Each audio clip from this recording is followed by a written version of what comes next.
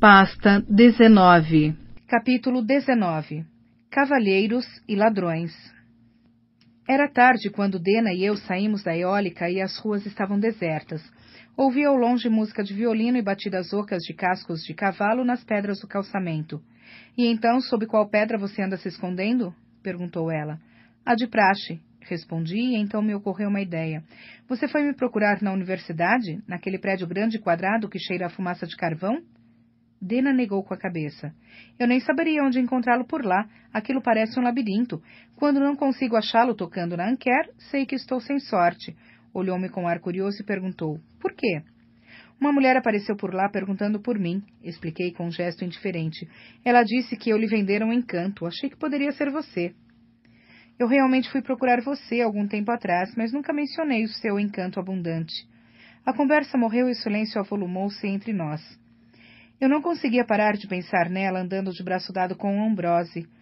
Não queria saber mais nada a esse respeito, mas, ao mesmo tempo, era a única coisa que me surgia na cabeça.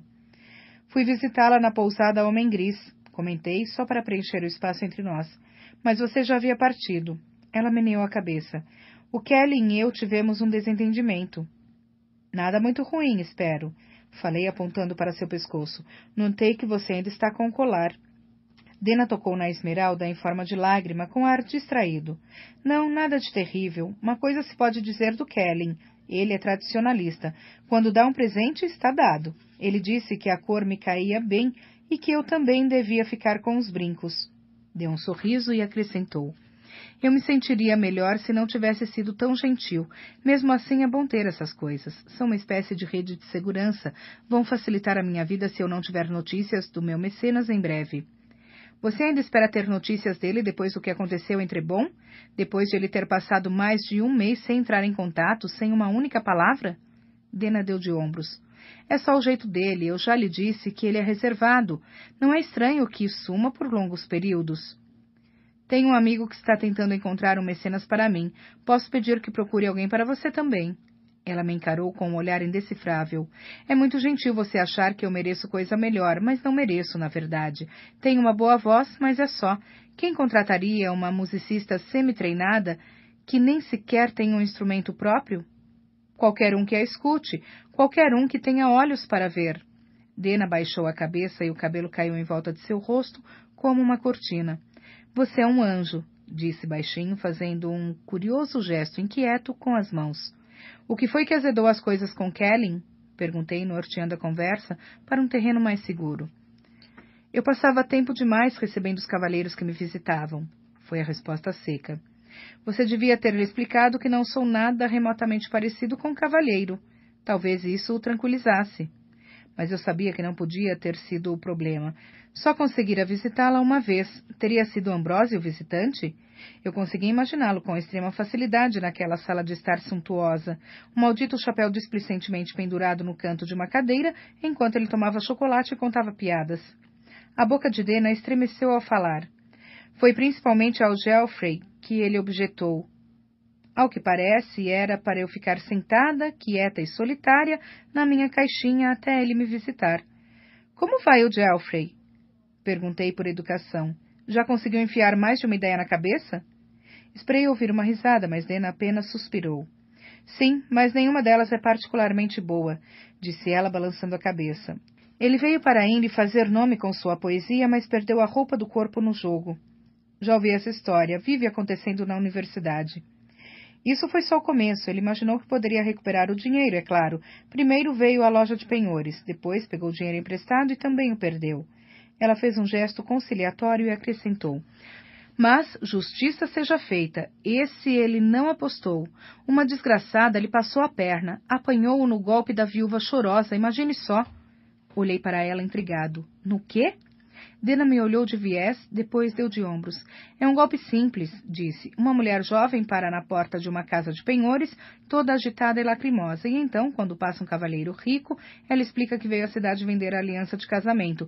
Precisa de dinheiro para os impostos ou para pagar um prestamista. Agitou as mãos com impaciência. Os detalhes não vêm ao caso. O importante é que, ao chegar à cidade, ela pediu a outra pessoa que empenhasse o anel no seu lugar, porque ela não entende nada de negócios, é claro. Dena parou de andar em frente à vitrine de uma casa de penhores, o rosto crispado numa máscara de aflição. Eu achei que podia confiar nele, disse, mas ele empenhou a aliança e fugiu com o dinheiro. A aliança está bem ali, e apontou com um gesto dramático para a vitrine da loja. Só que, prosseguiu, levantando um dedo, por sorte ele vendeu a aliança por uma fração do que ela vale. É uma herança de família que vale 40 talentos, mas a casa de penhores a está vendendo por 4. Dena chegou mais perto e pôs a mão no meu peito, levantando a cabeça para mim com olhos arregalados, suplicantes. Se o senhor comprasse o anel, poderíamos vendê-lo por pelo menos 20 talentos, e eu lhe devolveria os seus 4 na mesma hora. Então ela recuou e encolheu os ombros. É esse tipo de coisa. Franziu o senho. Mas como isso pode ser um golpe? Eu descobriria tudo assim que fôssemos falar com o avaliador. Dena revirou os olhos. Não é assim que funciona. Combinamos de nos encontrar no dia seguinte ao meio-dia, mas quando eu chego à loja, você mesmo já comprou a aliança e fugiu com ela. Compreendi de repente. E você divide o dinheiro que paguei com o dono da casa de penhores? Ela deu um tapinha no meu ombro. Eu sabia que você ia entender mais cedo ou mais tarde. O golpe parece sólido, exceto por uma coisa. Parece que você precisaria de uma casa de penhores como parceira, confiável, mas desonesta. É verdade, admitiu ela. Mas elas costumam ser marcadas. Dena apontou para o alto da moldura da porta da casa de penhores mais próxima. Havia uma série de marcas que poderiam facilmente ser confundidas com arranhões casuais na pintura. Ah! Hesitei por um momento e acrescentei. Em Tarbean, esse tipo de marcas significava que o lugar era seguro para vender. Vacilei em busca de um eufemismo adequado. Mercadorias adquiridas de maneira questionável. Se Dena se assustou com minha confissão, não deu nenhum sinal. Apenas assentiu com a cabeça e apontou mais de perto para as marcas, movendo o dedo enquanto as lia. Esta aqui diz, dono confiável, aberto para golpes simples, divisão meio a meio. Deu uma espiada no resto da moldura e na tabuleta da loja. Não diz nada sobre comprar mercadorias do titio. Eu nunca soube lê-las, admiti. Olhei-a de esguelha, tomando cuidado de não deixar transparecer nenhum julgamento no meu tom. E você sabe desse tipo de coisa porque... Li num livro, disse ela sarcástica. Como você acha que eu sei? Continuou a andar pela rua. Alcancei-a. Não costumo bancar a viúva, disse Dena, quase como uma reconsideração. Sou jovem demais para isso. Comigo é a aliança da mamãe, ou da minha avó. Disse. Encolheu os ombros. Você muda a história para o que parecer certo na ocasião. E se o cavalheiro for honesto? E se aparecer ao meio-dia disposto a ajudar? Não acontece com frequência, disse ela, fazendo um muxoxo irônico. Comigo foi só uma vez, e me pegou completamente desprevenida. Agora eu combino as coisas de antemão com o dono por via das dúvidas. Fico feliz por tapear um safado ganancioso que tente se aproveitar de uma mocinha, mas não estou aqui para tirar dinheiro de alguém que esteja tentando ajudar. Sua expressão endureceu. Ao contrário daquela vadia que pegou Geoffrey. Ele apareceu ao meio-dia, não foi? É claro que sim. Simplesmente deu dinheiro a ela. Não precisa me pagar, moça. Vá salvar a lavoura da família. Dena passou as mãos pelo cabelo, olhando para o céu. Lavoura. Isso nem ao menos faz sentido. Por que a mulher de um lavrador teria um colar de brilhantes? Disse com uma olhadela para mim. Porque os bonzinhos são tão idiotas com as mulheres? Ele é aristocrata, não pode simplesmente escrever para casa? Ele nunca se deu bem com a família, agora menos ainda. A última carta que recebeu nem tinha dinheiro, só a notícia de que a mãe dele estava doente. Alguma coisa na voz dela me chamou a atenção. Doente de quê? Doente, disse Dena sem levantar a cabeça. Muito doente, e é claro que ele já vendeu o cavalo e não pode pagar uma passagem de navio. Disse e tornou a suspirar. É como assistir ao desenrolar de um daqueles dramas telinianos horrorosos, O Caminho Mal Escolhido ou coisa assim. Se é assim, tudo que ele tem que fazer é entrar trôpego numa igreja no fim do 4º ato. Ele reza, aprende a lição e vive o resto dos seus dias como um rapaz puro e virtuoso. Seria diferente se ele me procurasse para pedir conselhos, disse Dena com um gesto frustrado. Mas não, só passava lá depois para me contar o que tinha feito. O prestamista da guilda cortou o seu crédito. E o que ele fez? Meu estômago deu uma volta. Procurou um usurário, sugeri. E estava feliz quando me contou, disse Dena, olhando-me com uma expressão de desespero. Como se enfim houvesse descoberto uma saída para essa confusão. Ela estremeceu e apontou para um jardinzinho. Vamos entrar ali. Está ventando mais do que eu esperava. Descansei meu estojo com o alaúde e encolhi os ombros, soltando a capa. Tome, eu estou bem. Por um instante, Dena pareceu que ia objetar, mas embrulhou-se na capa. E você diz que não é cavalheiro? Ralhou. Não sou. Sei apenas que ela vai cheirar melhor depois de ser usada por você. Ah, murmurou ela com ar emproado. E aí você vai vendê-la para uma perfumaria e fazer sua fortuna. Sempre foi esse o meu plano, admiti. Um estratagema ardiloso e rebuscado. Como vê, sou mais ladrão que cavalheiro. Sentamos num banco longe do vento. Acho que você perdeu uma fivela, disse Dena. Olhei para o estojo do alaúde. A parte estreita estava escancarada e não se via a fivela de ferro em parte alguma. Suspirei, distraído, enfiei a mão num dos bolsos internos da capa. Dena fez um barulhinho. Nada alto, só uma inspiração assustada, enquanto me encarava, os olhos de repente arregalados e escuros ao luar. Tirei a mão como se a tivesse queimado no fogo, gaguejando uma desculpa. Dena começou a rir baixinho. Ora, isso é embaraçoso, disse a si mesma em voz baixa. Sinto muito, apressei-me em dizer. Agi sem pensar. Tenho um arame aí dentro que posso usar para fechar isso por enquanto. Ah, é claro, concordou ela. Suas mãos moveram-se dentro da capa por um instante e ela me estendeu um pedaço de arame. Desculpe-me, repeti. Eu só me assustei. Não achava que você fosse do tipo que agarra uma dama sem primeiro dar algum aviso. Baixei os olhos para o alaúde, constrangido, e tratei de ocupar as mãos, passando o arame por um buraco deixado na fivela e torcendo-o bem apertado para fechar o estojo. É um alaúde encantador, disse Dena após um longo momento em silêncio, mas esse estojo está uma bela porcaria. Esgotei os meus recursos comprando o alaúde. Retruquei, então levantei a cabeça, como se de repente me ocorresse uma ideia. Já sei, vou pedir ao Geoffrey que me dê o nome do usurário dele. Aí posso comprar 2 estojos. Ela me deu um tapa brincalhão e eu me sentei mais perto do banco. As coisas ficaram calmas por um instante, depois Dena olhou para suas mãos e repetiu um gesto nervoso que fizera várias vezes durante nossa conversa. Só então me dei conta do que estava fazendo. O seu anel, que aconteceu com ele? Perguntei.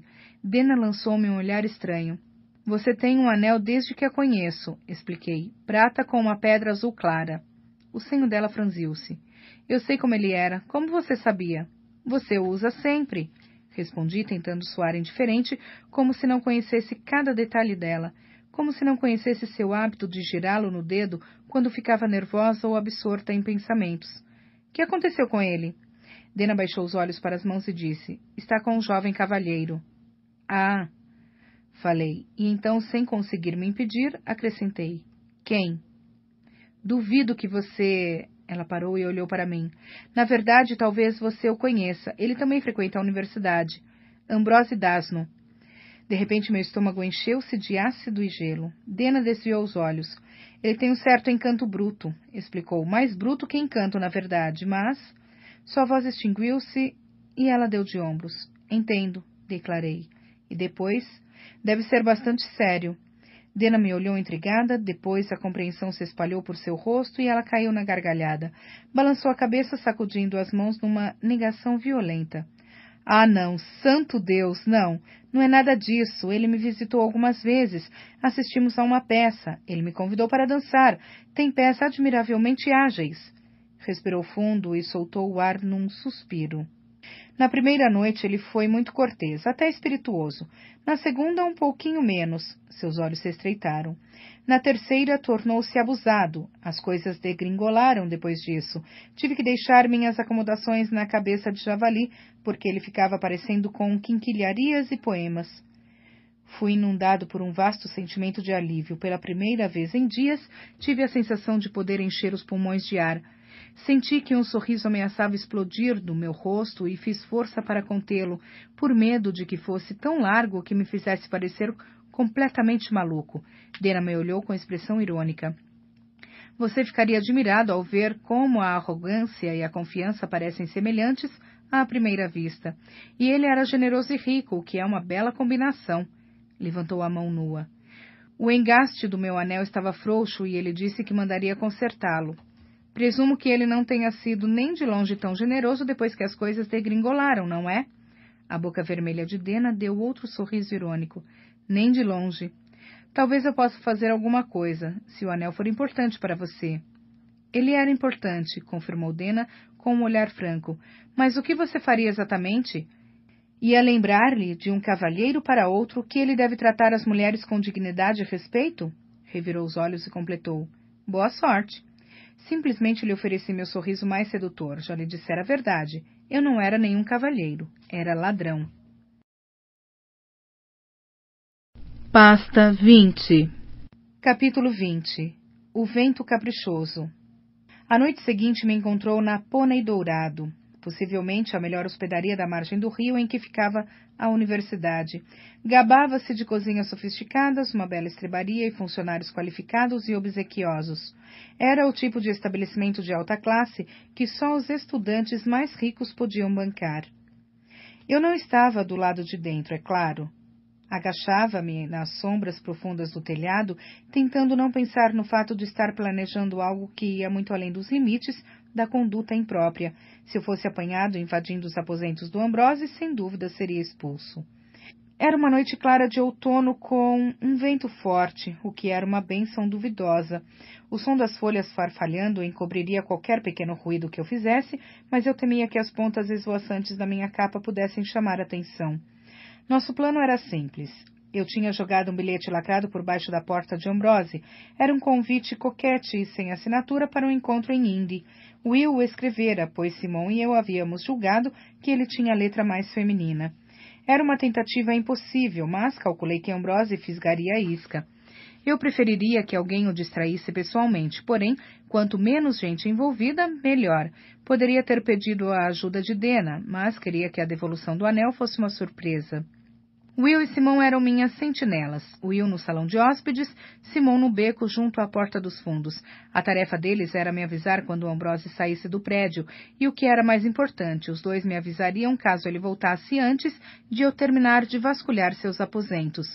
Senti um puxão firme no bolso direito quando o graveto de carvalho chacoalhou nitidamente 2 vezes. Passado um momento, o sinal se repetiu.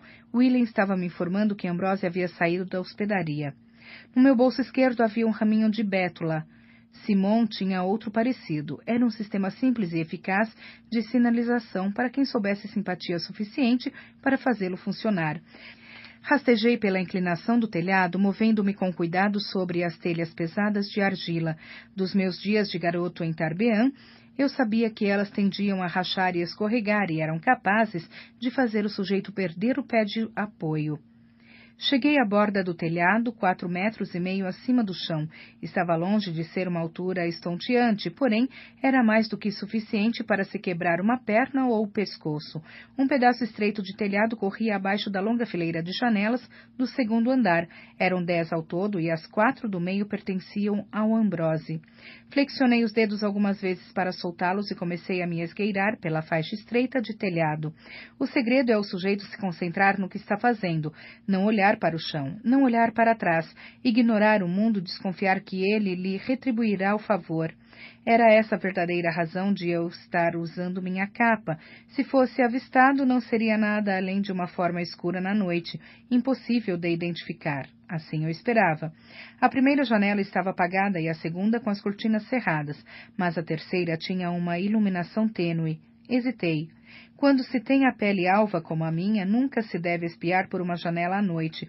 O rosto se destaca contra a escuridão como a lua cheia. Em vez de me arriscar a olhar para dentro, vasculhei os bolsos da capa até achar um pedaço de sucata de metal da ficiaria que eu tinha polido até transformá-lo num espelho improvisado. Cuidadosamente usei-o para espiar o canto e o interior da janela. Lá dentro havia algumas lamparinas tênues e uma cama de dossel do tamanho de todo o meu quarto nanquer. A cama estava ocupada, ativamente ocupada. Ainda por cima parecia haver mais membros nus do que 2 pessoas poderiam justificar. Infelizmente, meu pedaço de latão era pequeno e não pude ver a cena em toda a sua complexidade. Caso contrário, poderia ter aprendido coisas muito interessantes. Considerei brevemente a ideia de voltar e chegar aos cômodos de Ambrose pelo outro lado, mas veio uma súbita lufada de vento que fez as folhas saltarem pelas pedras do calçamento e que tentou me arrancar em suas garras do meu apoio estreito. Com o coração disparado, resolvi correr o risco de passar por essa janela. Calculei que as pessoas lá dentro tinham coisas melhores a fazer do que contemplar estrelas. Baixei o capuz da capa e segurei as bordas com os dentes, cobrindo o rosto e deixando as mãos livres. Assim, meio às cegas, avancei aos poucos, ouvindo atentamente qualquer sinal de ter sido avistado. Houve alguns ruídos surpresos, mas não pareceram ter nada a ver comigo. A primeira janela do Ambrose era um vitral requintado, bonita, mas imprópria para ser aberta. A seguinte era perfeita, uma janela dupla larga. Tirei um pedaço fino de cobre de um dos bolsos da capa e o usei para soltar o trinco simples que a mantinha fechada. Quando a janela não abriu, percebi que Ambrose também lhe acrescentara uma tranca móvel. Essa exigiu longos minutos de trabalho complicado, só com uma das mãos e na escuridão quase completa. Felizmente, o vento tinha amainado, pelo menos naquele momento. Então, depois de vencer a tranca, vi que a janela ainda não se mexia. Comecei a maldizer a paranoia do Ambrose enquanto buscava a terceira tranca. Procurei por quase 10 minutos até me dar conta de que a janela estava simplesmente emperrada. Puxei-a umas 2 vezes, o que não é tão fácil quanto parece. Você sabe, ninguém põe puxadores do lado de fora. Acabei me entusiasmando demais e puxei com muita força. A janela se abriu e meu peso se deslocou para trás. Inclinei-me por cima da borda do telhado, lutando contra todos os reflexos que me instigavam a dar um passo atrás e recuperar o equilíbrio, por saber que atrás de mim não havia nada além de 4,5 metros de vazio. Sabe aquela sensação de quando a gente inclina demasiadamente a cadeira e começa a cair para trás? Foi meio parecido com isso, misturado com autorrecriminação e medo da morte. Agitei os braços, sabendo que isso não ajudaria, com a cabeça repentinamente oca por causa do pânico. O vento me salvou. Soprou forte quando eu oscilava na borda do telhado, dando-me um empurrão que foi a conta certa para eu recobrar o equilíbrio. Um de meus braços agitados agarrou a janela, agora aberta, e entrei aos trambolhões desesperados, sem me importar com o barulho que fazia. Uma vez atravessada a janela, agachei-me no chão com a respiração ofegante. Meu coração mal começava a se aquietar quando o vento pegou a janela e a bateu com força acima da minha cabeça, dando-me outro susto enorme. Peguei minha lâmpada de simpatia, ajustei o interruptor numa regulagem tênue e corri o arco estreito de luz pelo quarto. Kilvin tivera razão ao chamá-la de lâmpada de ladrão. Era perfeita para esse tipo de movimentação furtiva. Eram quilômetros para ir e voltar de Indy e eu confiava em que a curiosidade do Ambrose o manteria esperando sua admiradora secreta por pelo menos meia hora. Normalmente, procurar uma coisa tão pequena quanto um anel seria trabalho para um dia inteiro, mas imaginei que Ambrose nem pensaria em escondê-lo. Na sua cabeça não se tratava de algo que ele houvesse roubado. Ele o consideraria uma bugiganga ou um troféu. Tratei de vasculhar metodicamente seus aposentos. O anel não estava na cômoda, nem na mesinha de cabeceira. Não estava em nenhuma gaveta de escrivaninha, nem tampouco na bandeja de suas joias no quarto de vestir. Ele nem sequer tinha uma caixa de joias trancada, apenas uma bandeja com toda a sorte de alfinetes, anéis e correntes espalhados sem o menor cuidado. Deixei tudo em seus lugares, o que não quer dizer que não tenha pensado em depenar completamente o canalha. Meia dúzia de suas joias pagaria minhas taxas escolares por 1 ano, mas isso contrariava meu plano: entrar, achar o anel e sair. Desde que eu não deixasse nenhum indício da minha visita, imaginava que o Ambrose simplesmente presumiria ter perdido o anel, se é que notaria seu desaparecimento. Era o tipo de crime perfeito, sem suspeitas, sem perseguições, sem consequências. Além disso, é sabiamente difícil passar adiante joias roubadas numa cidade tão pequena quanto Indy. Seria fácil demais alguém ligá-las a mim. Dito isto, nunca afirmei ser santo e havia muitas oportunidades para diabruras nos aposentos de Ambrose. Assim, fiz minhas vontades. Enquanto verificava os bolsos dele, soltei algumas costuras para haver uma boa chance de ele rasgar os fundilhos da próxima vez que se sentasse ou montasse seu cavalo. Afrouxei a alça da tampa da chaminé para que ela acabasse caindo e seu quarto se enchesse de fumaça enquanto ele se atrapalhava para prendê-la de novo. Estava tentando pensar em algo algo para fazer com seu maldito e irritante chapéu de plumas, quando o graveto de carvalho no meu bolso deu uma sacudida violenta, o que me causou um sobressalto. Em seguida, ele tornou a se mexer e partiu-se ao meio. Soltei impropérios terríveis entre dentes. Não podia fazer mais de 20 minutos que Ambrose saíra. O que o teria trazido de volta tão depressa? Desliguei a lâmpada de simpatia e a enfiei na capa. Depois, corri para o quarto ao lado, a fim de fugir pela janela. Era irritante ter tido todo aquele trabalho para entrar, só para sair de novo, mas, desde que Ambrose não soubesse que alguém tinha invadido seus aposentos, eu poderia simplesmente voltar outra noite. Mas a janela não se abriu.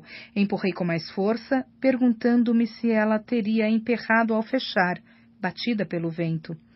Então vislumbrei uma tira fina de latão que corria pela parte interna do parapeito. Não consegui ler os símbolos siglísticos àquela luz tênue, mas reconheço os sistemas de proteção quando os vejo. Isso explicava por que Ambrose tinha voltado tão cedo. Ele sabia que alguém tinha invadido seus aposentos. E mais, os melhores tipos de proteção não apenas avisavam sobre a presença de um intruso, como também eram capazes de vedar portas ou janelas para trancar o ladrão do lado de dentro.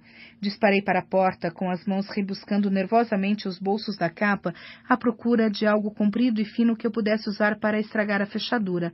Não encontrando nada que servisse, peguei uma pena na escrivaninha dele, enfiei-a no buraco da fechadura e dei um puxão com força para o lado, quebrando a ponteira de metal dentro do trinco. Um minuto depois, ouvi um áspero ruído metálico, quando Ambrose tentou abrir a porta pelo lado de fora, atrapalhando-se e xingando por não conseguir enfiar a chave. A essa altura, eu já estava de novo na janela, passando a lâmpada para lá e para cá, na tira de latão e murmurando runas baixinho. Era bastante simples, eu poderia inutilizá-la, raspando um punhado de runas de conexão, abrir a janela e fugir. Voltei correndo à sala de estar e peguei o abridor de cartas na escrivaninha, derrubando o tinteiro tampado na pressa. Já ia começando a apagar as runas quando me dei conta da estupidez que seria isso. Qualquer ladrão ordinário poderia invadir os aposentos de Ambrose, mas o número de pessoas que sabiam o suficiente de siglística para estragar um sistema de proteção era muito menor. Seria o mesmo que assinar meu nome na moldura da janela. Levei um momento para reordenar as ideias, devolvi o abridor de cartas à escrivaninha e repus o tinteiro no lugar. Voltei e examinei melhor a tira comprida de latão.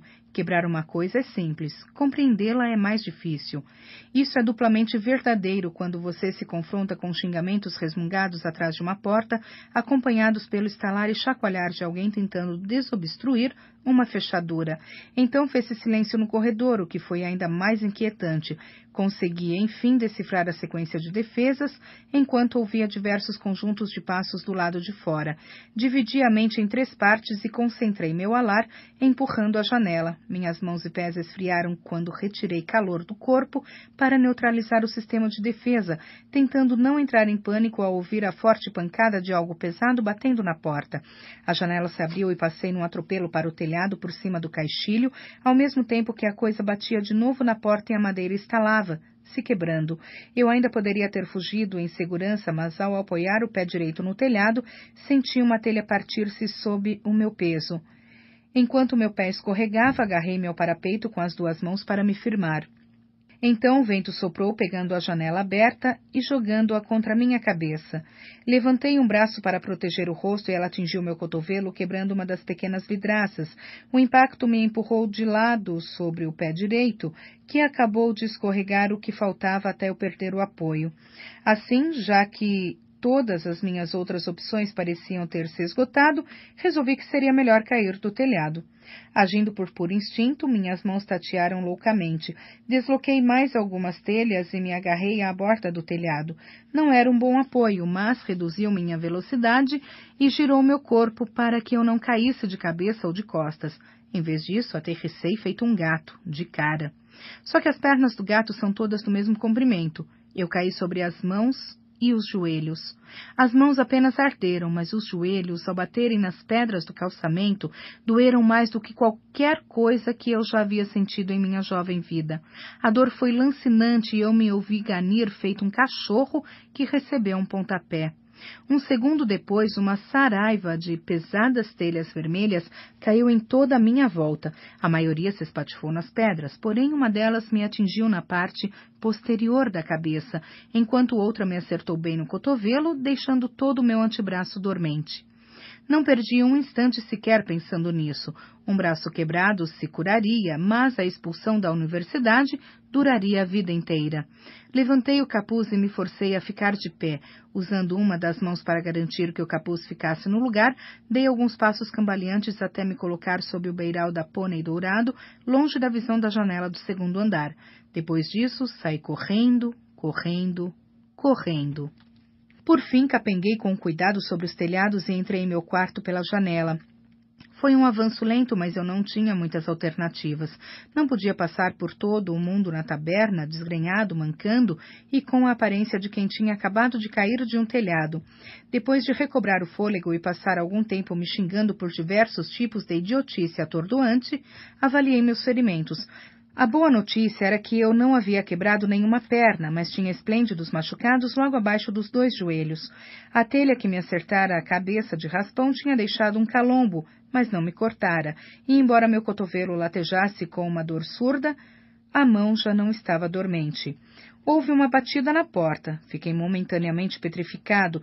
Depois tirei o galinho de bétula do bolso, murmurei uma conexão rápida e o sacudi de um lado para outro. Ouvi um barulho assustado no corredor, seguido pela risada grave do Willem. — Não tem graça, ouvi Simon dizer. — Deixa a gente entrar. Abri a porta para eles. Simon sentou-se na beirada da cama e Willem pegou a cadeira junto da escrivaninha. Fechei a porta e me sentei na outra metade da cama. Mesmo depois de todos estarmos acomodados, o quarto minúsculo ficou apinhado. Olhamo-nos sobriamente por um momento e então Simon falou. Parece que hoje o Ambrose surpreendeu um ladrão nos aposentos dele. O sujeito preferiu pular de uma janela a ser apanhado. Dei um risinho sem humor. Dificilmente, eu já tinha quase saído quando o vento jogou a janela em cima de mim. Gesticulei sem jeito. Ela me derrubou do telhado. Willem soltou um suspiro de alívio. Pensei que eu tivesse estragado a conexão. Balancei a cabeça. Fui amplamente alertado, só não fui cuidadoso como deveria. — Por que ele voltou tão cedo? Perguntou Simon, olhando para Willem. — Você ouviu alguma coisa quando ele entrou? Provavelmente deve ter-lhe ocorrido que a minha letra não era especialmente feminina, respondeu Willem. Ele tinha um sistema de proteção nas janelas, expliquei. É provável que estivesse ligado a um anel ou a alguma coisa que ele carrega consigo. Deve ter-lhe dado o aviso assim que abri a janela. — Você achou? Perguntou Willem. Neguei com a cabeça. Simon inclinou o pescoço para ver melhor o meu braço. — Você está bem? Acompanhei seus olhos, mas não vi nada. Então puxei a camisa e notei que estava presa na parte posterior do braço. Com todas as minhas outras dores, eu não o havia notado.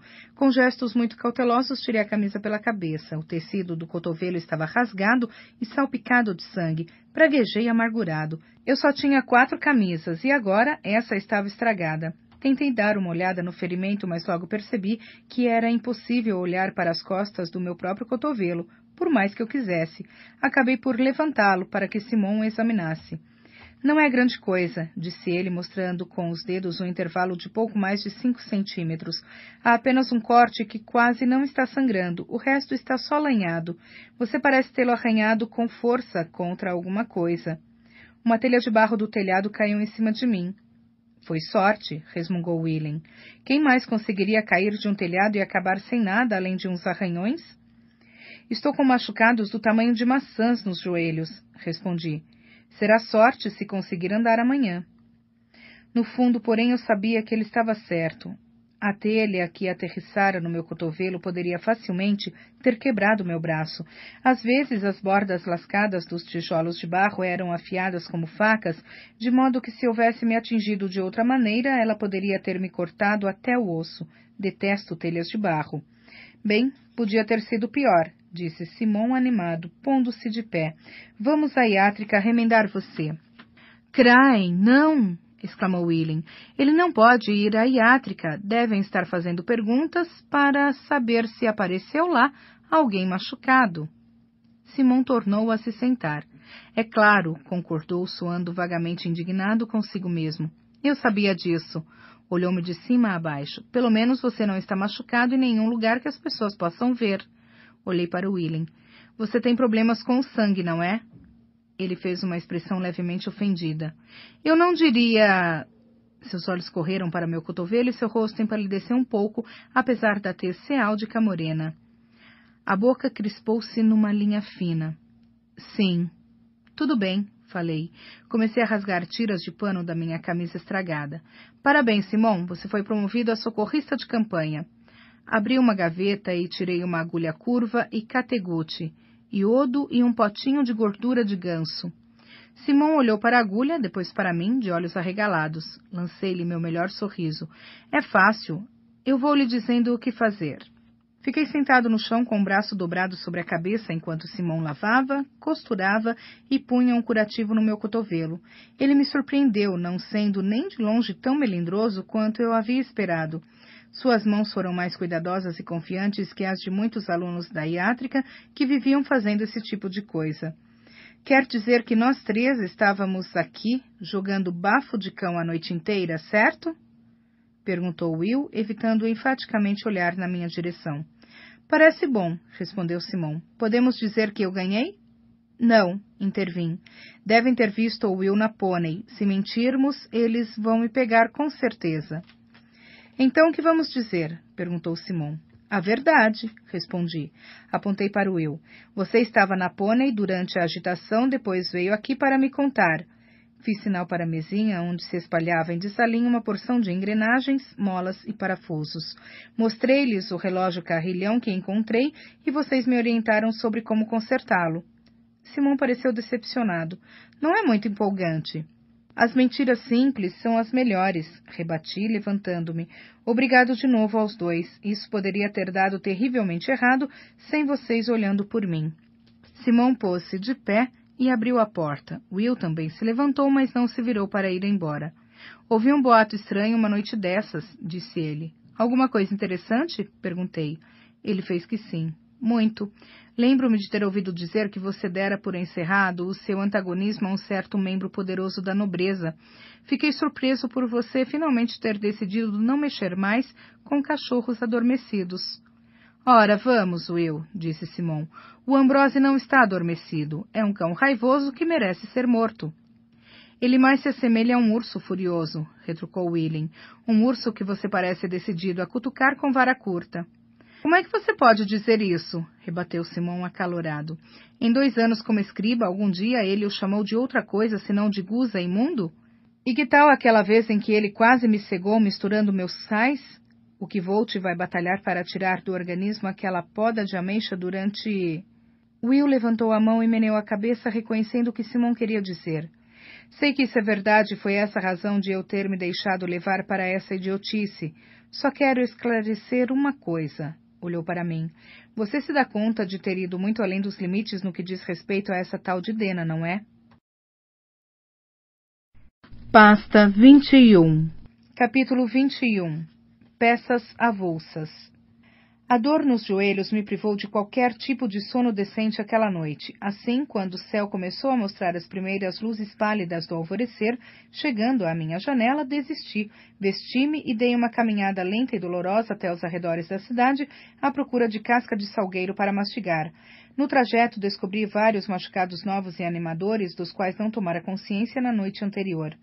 A caminhada foi pura agonia, mas fiquei contente por fazê-la na penumbra da manhãzinha, quando as ruas estavam desertas. Era fatal que houvesse muito falatório sobre a agitação da véspera na Pônei Dourado. Se alguém me visse mancando, seria muito fácil tirar as conclusões certas. Por sorte, andar afrouxou a rigidez das minhas pernas e a casca de salgueiro abrandou a dor. Quando o sol nasceu completamente, eu já me sentia bem o bastante para aparecer em público.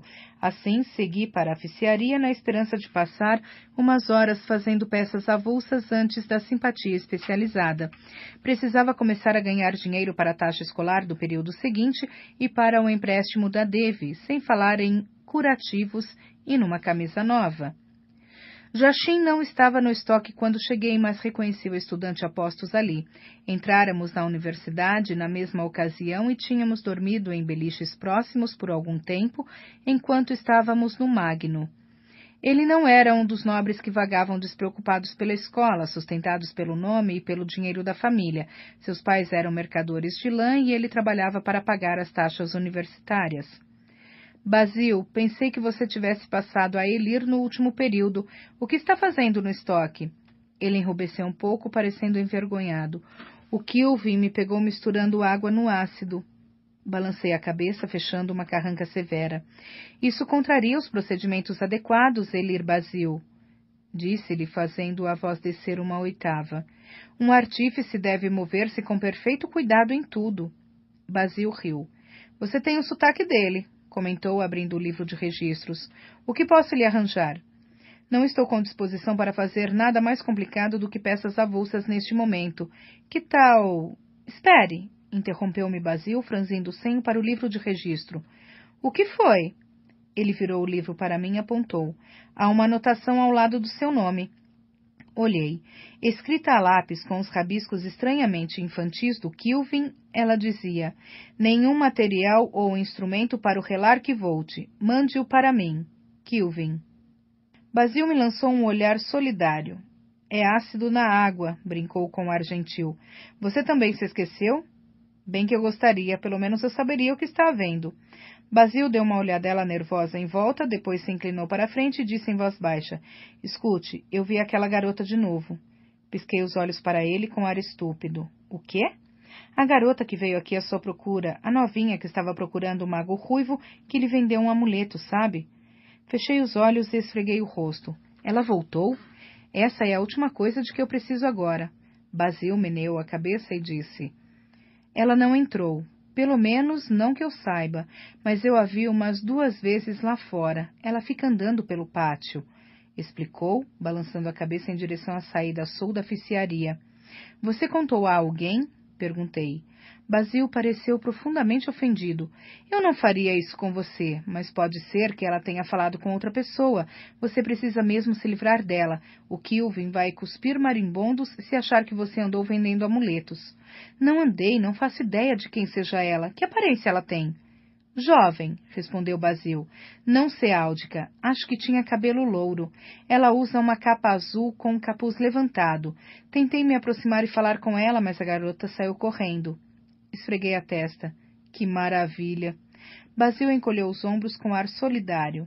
Só achei que devia lhe avisar. Se ela vier mesmo aqui perguntar por você, terei que contar ao Kilvin. Advertiu com uma careta para se desculpar. Desculpe, mas já estou suficientemente encrencado do jeito que as coisas vão. Eu entendo. Obrigado pelo aviso. Ao entrar na oficina, fiquei imediatamente impressionado com uma estranha característica da luz no salão. A primeira coisa que fiz foi olhar para cima para ver se o Kilvin tinha acrescentado uma nova lamparina à série de esferas de vidro penduradas entre os caibros. Torci para que a mudança da luz fosse por causa de uma lâmpada nova. Kilvin sempre ficava de mau humor quando uma de suas lâmpadas escurecia inesperadamente. Examinando os caibros, não vi nenhuma lâmpada apagada. Levei um bom momento para perceber que a estranha qualidade da iluminação se devia, na verdade, à luz solar que se infiltrava pelas janelas baixas da parede da direita. Normalmente eu só chegava para trabalhar mais tarde. Tão cedo pela manhã, a oficina era de uma quietude quase sobrenatural. O salão imenso parecia oco e sem vida, com apenas um punhado de estudantes trabalhando em seus projetos. Combinado com a luz estranha e a convocação inesperada do Kilvin, isso me deixou bastante inquieta ao atravessar o cômodo em direção ao gabinete do mestre. Apesar de ser tão cedo, uma pequena fornalha no canto do gabinete já estava bem atiçada. O calor passou em ondas por mim quando parei no vão da porta aberta. Foi agradável, depois da friagem de início de inverno lá fora. Kilvin estava de costas para mim, acionando o fole num ritmo implacável. Bati com força no alisar da porta para chamar sua atenção. Mestre Kilvin, acabei de tentar pegar o material no estoque. Há algum problema? Ele deu uma olhadela para trás, na minha direção. Relarque Volte, vou demorar 1 minuto. Entre. Entrei no gabinete e fechei a porta pesada. Se estivesse encrencado, preferiria não ter ninguém ouvindo. Kilvin continuou a acionar o fole por um bom tempo. Só quando puxou um tubo comprido, percebi que o que estava atiçando não era a fornalha, mas uma pequena peça de vidro. Movendo-se com destreza, ele pegou uma massa de vidro derretido com a ponta do tubo e se pôs a soprar uma bolha cada vez maior. Após um minuto, o vidro perdeu seu brilho laranja. Fole, disse Kilvin, sem olhar para mim, repondo o tubo no bocal da peça. Apressei-me a obedecer, acionando o fole com ritmo regular até o brilho laranja voltar ao vidro. Kilvin fez sinal para que eu parasse, puxou-o da fornalha e soprou o tubo por outro longo momento, girando o vidro até a bolha ficar do tamanho de um melão doce. Ele o repôs na fornalha e acionei o fole sem ser solicitado. Na terceira vez que repetimos o processo, eu estava encharcado de suor. Desejei não ter fechado a porta, mas não queria largar o fole pelo tempo que levaria para abri-la. Kilvin não pareceu notar o calor. A bolha de vidro foi crescendo e ficou do tamanho da minha cabeça, depois de uma abóbora. No entanto, na quinta vez que ele a retirou do calor e começou a soprar, ela pendeu na ponta do tubo, desinflou e caiu no chão. Kist Kraili en Coat, praguejou ele furioso. Atirou o tubo de metal que ressoou com um estrondo ao bater no piso de pedra. Kraemet brevetan aerin. Lutei contra a vontade súbita de rir. Meu ciaro não era perfeito, mas eu tinha quase certeza de que o Kilvin dissera foi merda na barba de Deus. O professor Orsino ficou parado por um bom minuto, olhando para o vidro estilhaçado no chão. Depois soltou uma bufadela longa e irritada pelo nariz, tirou os óculos de proteção e se virou para mim. 3 jogos de sinos sincronizados. Latão, disse sem preâmbulo. 1 torneira com tarraxa. Ferro. 4 funis de calor. Ferro. 6 sifões. Estanho. 22 vidraças de dureza dupla e outras peças sortidas. Era uma lista de todo o trabalho que eu fizera na oficiaria nesse período, coisa simples que eu podia concluir e revender para o estoque para obter um lucro rápido. Kilvin me olhou com seus olhos negros. Esse trabalho lhe agrada, Relarquivolt? São projetos bastante fáceis, mestre Kilvin. Agora você é relar, disse ele com a voz carregada de censura. Contenta-se em levar as coisas na flauta, fazendo brinquedos para os ricos preguiçosos? É isso que deseja do seu tempo na oficiaria? Trabalho fácil? Senti o suor brotar no couro cabeludo e escorrer pelas minhas costas. Fico um pouco inseguro para me aventurar sozinho. O senhor não aprovou particularmente as modificações que fiz na minha lâmpada manual. Isso são palavras de covarde. Você nunca mais vai sair de casa por ter sido repreendido uma vez? Indagou olhando-me. Pergunto de novo. Sinetas, moldes, esse trabalho lhe agrada, Relarquivolt? A ideia de pagar a taxa de matrícula do próximo período letivo me agrada, mestre Kilvin. O suor escorria por meu rosto. Tentei enxugá-lo com a manga, mas minha camisa já estava empapada. Olhei para a porta do gabinete. E o trabalho em si? Instigou Kilvin. Havia gotas de suor na pele morena de sua testa, mas afora isso ele não parecia se incomodar com o calor. De verdade, mestre Kilvin? Perguntei, sentindo-me meio zonzo. Ele pareceu um pouco ofendido. Valorizo a verdade em tudo, Relarquivolt. A verdade é que eu fiz 10 lâmpadas de convés neste último ano, mestre Kilvin. Se tiver que fazer mais uma, imagino que eu possa me borrar todo de puro tédio. Kilvin bufou alguma coisa que talvez fosse uma risada. Depois abriu um largo sorriso. Ótimo, é assim que um relar deve se sentir, disse. Apontou um dedo grosso para mim. Você é inteligente e tem boas mãos. Espero grandes coisas de você.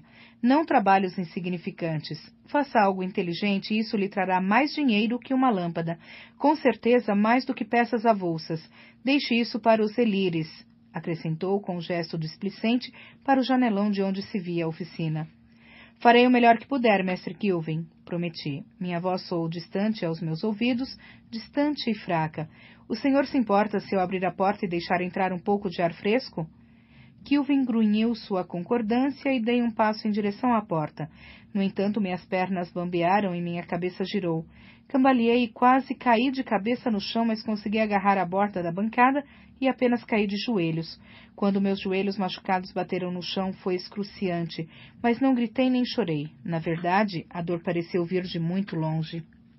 Acordei confuso com a boca seca feito serragem.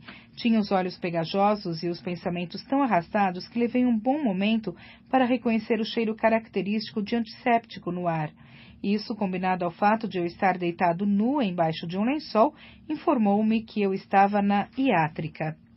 Virei a cabeça e vi uma cabeleira loura curta e o uniforme escuro dos fisiopatas. Relaxei no travesseiro. — Olá, Moula! Grunhi.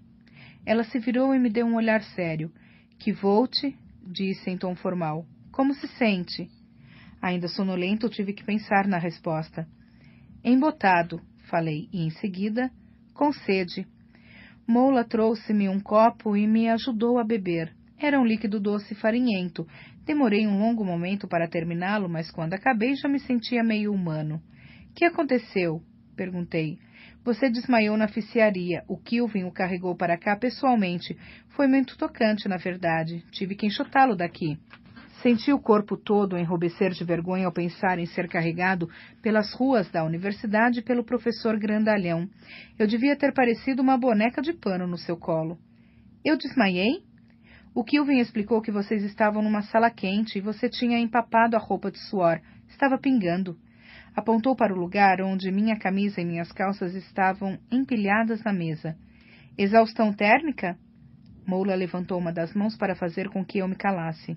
Esse foi o meu primeiro diagnóstico, porém, no exame mais detalhado, concluí que, na verdade, você está sofrendo de um caso agudo de pular uma janela ontem à noite, disse-me com um olhar incisivo. Senti-me subitamente constrangido, não por minha quase nudez, mas pelos ferimentos evidentes que havia sofrido ao cair do telhado da Pônei Dourado. Dei uma espiada na porta e fiquei aliviado ao saber que estava fechada. Moula continuou a me observar com uma expressão cuidadosamente vazia. — Alguém mais viu? Perguntei. Ela negou com a cabeça. — Hoje estivemos ocupados. Relaxei um pouco. Já é alguma coisa. Moula assumiu uma expressão severa. Hoje de manhã, o Arwell nos deu ordem de comunicar qualquer ferimento suspeito. A razão não é segredo. O próprio Ambrose ofereceu uma recompensa apreciável a quem o ajudar a apanhar um ladrão que invadiu os aposentos dele e roubou diversos objetos de valor, inclusive um anel que a mãe dele lhe deu no leito de morte. Aquele calhorda, comentei acalorado. Eu não roubei nada. Moula arqueou uma sobrancelha. Fácil assim? Nenhuma negação? Nada? Soltei o ar pelo nariz, tentando controlar a raiva. Não vou insultar a sua inteligência. É bastante óbvio que eu não rolei uns degraus. Respirei fundo e acrescentei. Escute, Moula, se você contar a alguém, vão me expulsar. Eu não roubei nada. Poderia ter roubado, mas não fiz. Então por que... Ela hesitou, visivelmente constrangida. O que você estava fazendo? Dei um suspiro. Você acreditaria que eu estava fazendo um favor a um amigo? Moula dirigiu-me um olhar sagaz, seus olhos verdes vasculhando os meus. Bem, você parece mesmo estar no ramo dos favores ultimamente. Eu... o quê? Perguntei com o pensamento se arrastando devagar demais para acompanhar o que ela estava dizendo. Na última vez que você esteve aqui, tratei-o por queimaduras e inalação de fumaça, depois de você salvar a Feila de um incêndio. Ah, aquilo não foi realmente um favor. Qualquer um teria feito o mesmo. Moula fitou-me com ar inquisitivo. Você acredita mesmo nisso, não é? Balançou um pouquinho a cabeça, depois pegou um caderno de capa dura e fez algumas anotações, sem dúvida, preenchendo seu laudo sobre o tratamento. Bem, pois eu considero que foi um favor. A Feila e eu dividimos um beliche quando éramos ambas novatas aqui. Apesar do que você pensa, aquilo não foi algo que muitas pessoas se dispusessem a fazer. Houve uma batida na porta e a voz de Simon veio do corredor. Podemos entrar? Sem esperar a resposta, abriu a porta e conduziu um Willen de ar constrangido para dentro do quarto. Ele vai ficar bom, disse Moula, desde que sua temperatura se estabilize. Pegou um medidor e o meteu na minha boca. Sei que será difícil para você, mas procure ficar de boca fechada por 1 minuto. Nesse caso, disse Simon com um sorriso, soubemos que o Kilvin o levou a um lugar privado e lhe mostrou uma coisa que o fez desmaiar feito uma mulherzinha. Amarrei a cara para ele, mas continuei de boca fechada. Moula dirigiu-se a Will e Simon. As pernas dele vão passar um tempo doendo, mas não há nenhuma lesão permanente. O cotovelo também deve ficar bom, embora a sutura esteja uma bagunça. Que diabo vocês estavam fazendo nos aposentos do Ambrose, afinal? William simplesmente a fitou, caracteristicamente estoico e com um olhar sombrio. Não tive essa sorte com Simon. O Kvolt precisa encontrar um anel para a amada dele, gorjeou animadamente. Mola virou-se para mim com uma expressão de fúria. É muita petulância sua me contar mentiras, disse com os olhos vidrados e raivosos como os de um gato. Graças a Deus você não tentou insultar a minha inteligência em nada. Respirei fundo e levantei a mão para tirar o medidor da boca. Maldito Simon, disse irritado. Um dia ainda vou ensiná-lo a mentir. Simon correu os olhos de um lado para outro entre nós dois, rubro de pânico e vergonha. O Kvolt tem uma queda por uma garota do outro lado do rio, disse em tom defensivo. O Ambrose tirou um anel dela e não quer devolvê-lo. Nós só... Mola o interrompeu com um gesto ríspido. Por que você não me contou isso simplesmente? Perguntou-me exasperada. Todo mundo sabe como Ambrose age com as mulheres. Foi por isso que não lhe contei. Pareceria uma mentira muito conveniente e, além do mais, isso não é da sua conta. A expressão dela endureceu. Você é mesmo muito metido à besta para... Parem com isso, exclamou William, dando-nos um susto que nos fez interromper a discussão. Virou-se para Mola. Quando Kvolt chegou aqui inconsciente, qual foi a primeira coisa que você fez? Verifiquei as pupilas dele para ver se havia sinais de trauma encefálico, respondeu ela automaticamente. Que diabos isso tem a ver com alguma coisa? William apontou na minha direção. Veja os olhos dele agora. Mola me olhou. Estão escuros, disse, parecendo surpresa. Verde escuros, como um galho de pinheiro. Will continuou. Não discuta com ele quando seus olhos ficarem escuros desse jeito. Nunca dá bom resultado. É como o barulho de uma cascavel, acrescentou Simon. Está mais para cachorro com o pelo arrepiado, corrigiu William. Mostra quando ele está pronto para morder. Vocês podem ir todos para os quintos dos infernos, interpus. Ou podem me dar um espelho para eu ver do que estão falando, não importa qual das duas coisas. Will me ignorou. Nosso pequeno Kvolt tem um gênio explosivo, mas se tiver um minuto para esfriar a cabeça, reconhece a verdade, disse, lançando-me um olhar incisivo. Ele não está aborrecido por você não ter confiado nele, nem por ter enrolado o Simon. Está aborrecido por você ter descoberto a que grau de conduta a Zinina está disposto a chegar para impressionar uma mulher. Olhou para mim. Asinina é a palavra certa? Respirei fundo e admiti. Bastante. Eu a escolhi por remeter a asno, disse Will. Eu sabia que vocês dois tinham que estar envolvidos, observou Mola com um toque de quem se desculpa na voz. Francamente, vocês três são unidos como um bando de ladrões, e é isso mesmo que quero dizer, com todas as suas diversas implicações inteligentes. Ela contornou a cama e deu uma olhadela crítica no meu cotovelo ferido. Qual de vocês fez a sutura? Eu, disse Simon com uma careta. Sei que fiz uma porcaria. Porcaria seria generoso, retrucou Mola, olhando-o com ar crítico. Parece que você estava tentando costurar seu nome nele e ficou errando a grafia. Acho que ele se saiu muito bem, disse Will, enfrentando o olhar de Mola. Considerando-se sua falta de treino e o fato de que ele estava ajudando um amigo em circunstâncias não propriamente ideais. Mola corou. Não foi isso que eu quis dizer, apressou-se a falar. Trabalhando aqui, é fácil a gente esquecer que nem todos... Virou-se para Simon. Desculpe. Ele passou a mão pelo cabelo louro. Imagino que você possa me recompensar por isso em algum momento, disse com um sorriso de menino. Que tal amanhã à tarde, talvez? Quando você me deixar oferecer-lhe um almoço? Completou, lançando-lhe um olhar esperançoso. Mola revirou os olhos e deu um suspiro entre o divertimento e a exasperação. Está bem. Meu trabalho aqui está terminado, disse Will em tom grave. Vou embora. Detesto este lugar. Obrigado, Will, falei. Ele deu um aceno por cima do ombro e fechou a porta ao sair. Mola concordou em não mencionar meus ferimentos suspeitos em seu laudo e se ateve ao diagnóstico original de exaustão térmica. Também cortou os pontos dados pelo Simão e refez a limpeza, a sutura e o curativo do meu braço. Não foi agradável, mas eu sabia que me curaria mais depressa sob os cuidados experientes dela. Para encerrar, ela me recomendou beber mais água e dormir um pouco e sugeriu que no futuro eu me abstivesse de atividades físicas extenuantes numa fornalha um dia depois de cair de um telhado. Pasta 22. Capítulo 22. Escape. Até esse ponto do período letivo, Elke Sadal estivera nos ensinando teoria na simpatia especializada. Quanta luz era possível produzir com 10 talmas de calor contínuo usando ferro? E usando basalto? E usando o corpo humano? Decoramos tabelas numéricas e aprendemos a calcular sequências crescentes de quadrados, momentos angulares e decomposições conjuntas. Em termos simples, era extremamente entediante. Não me entenda mal, eu sabia que eram informações essenciais.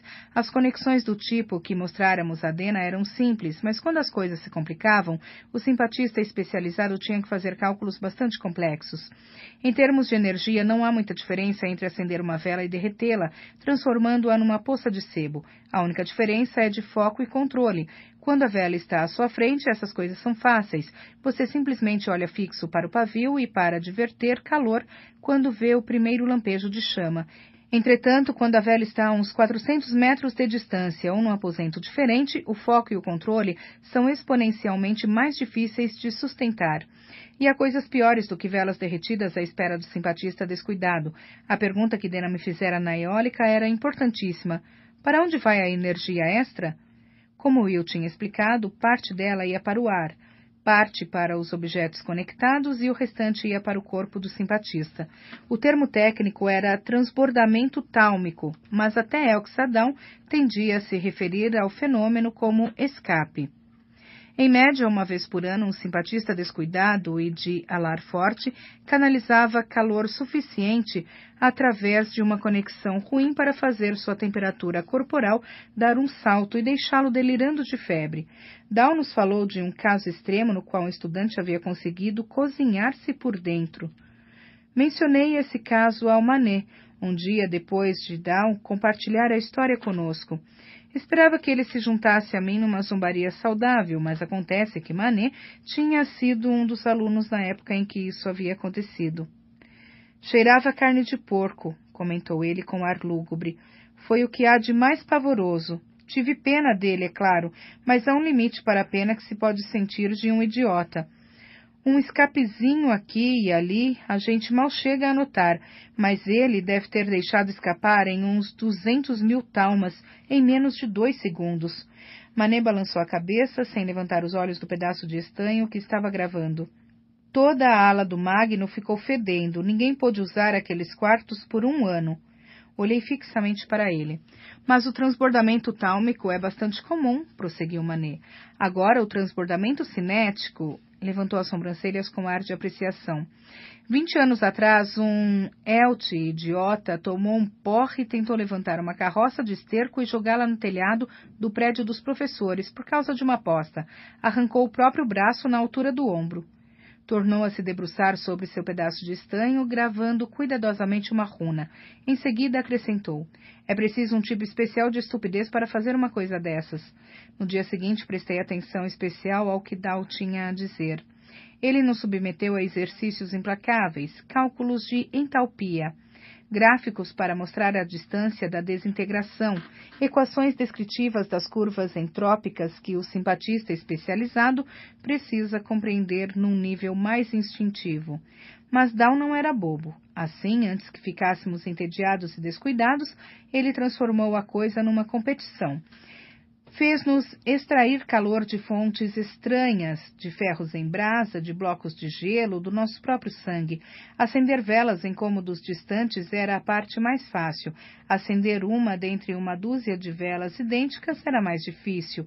Acender uma vela que nunca tínhamos visto realmente no local desconhecido era como fazer malabarismo no escuro.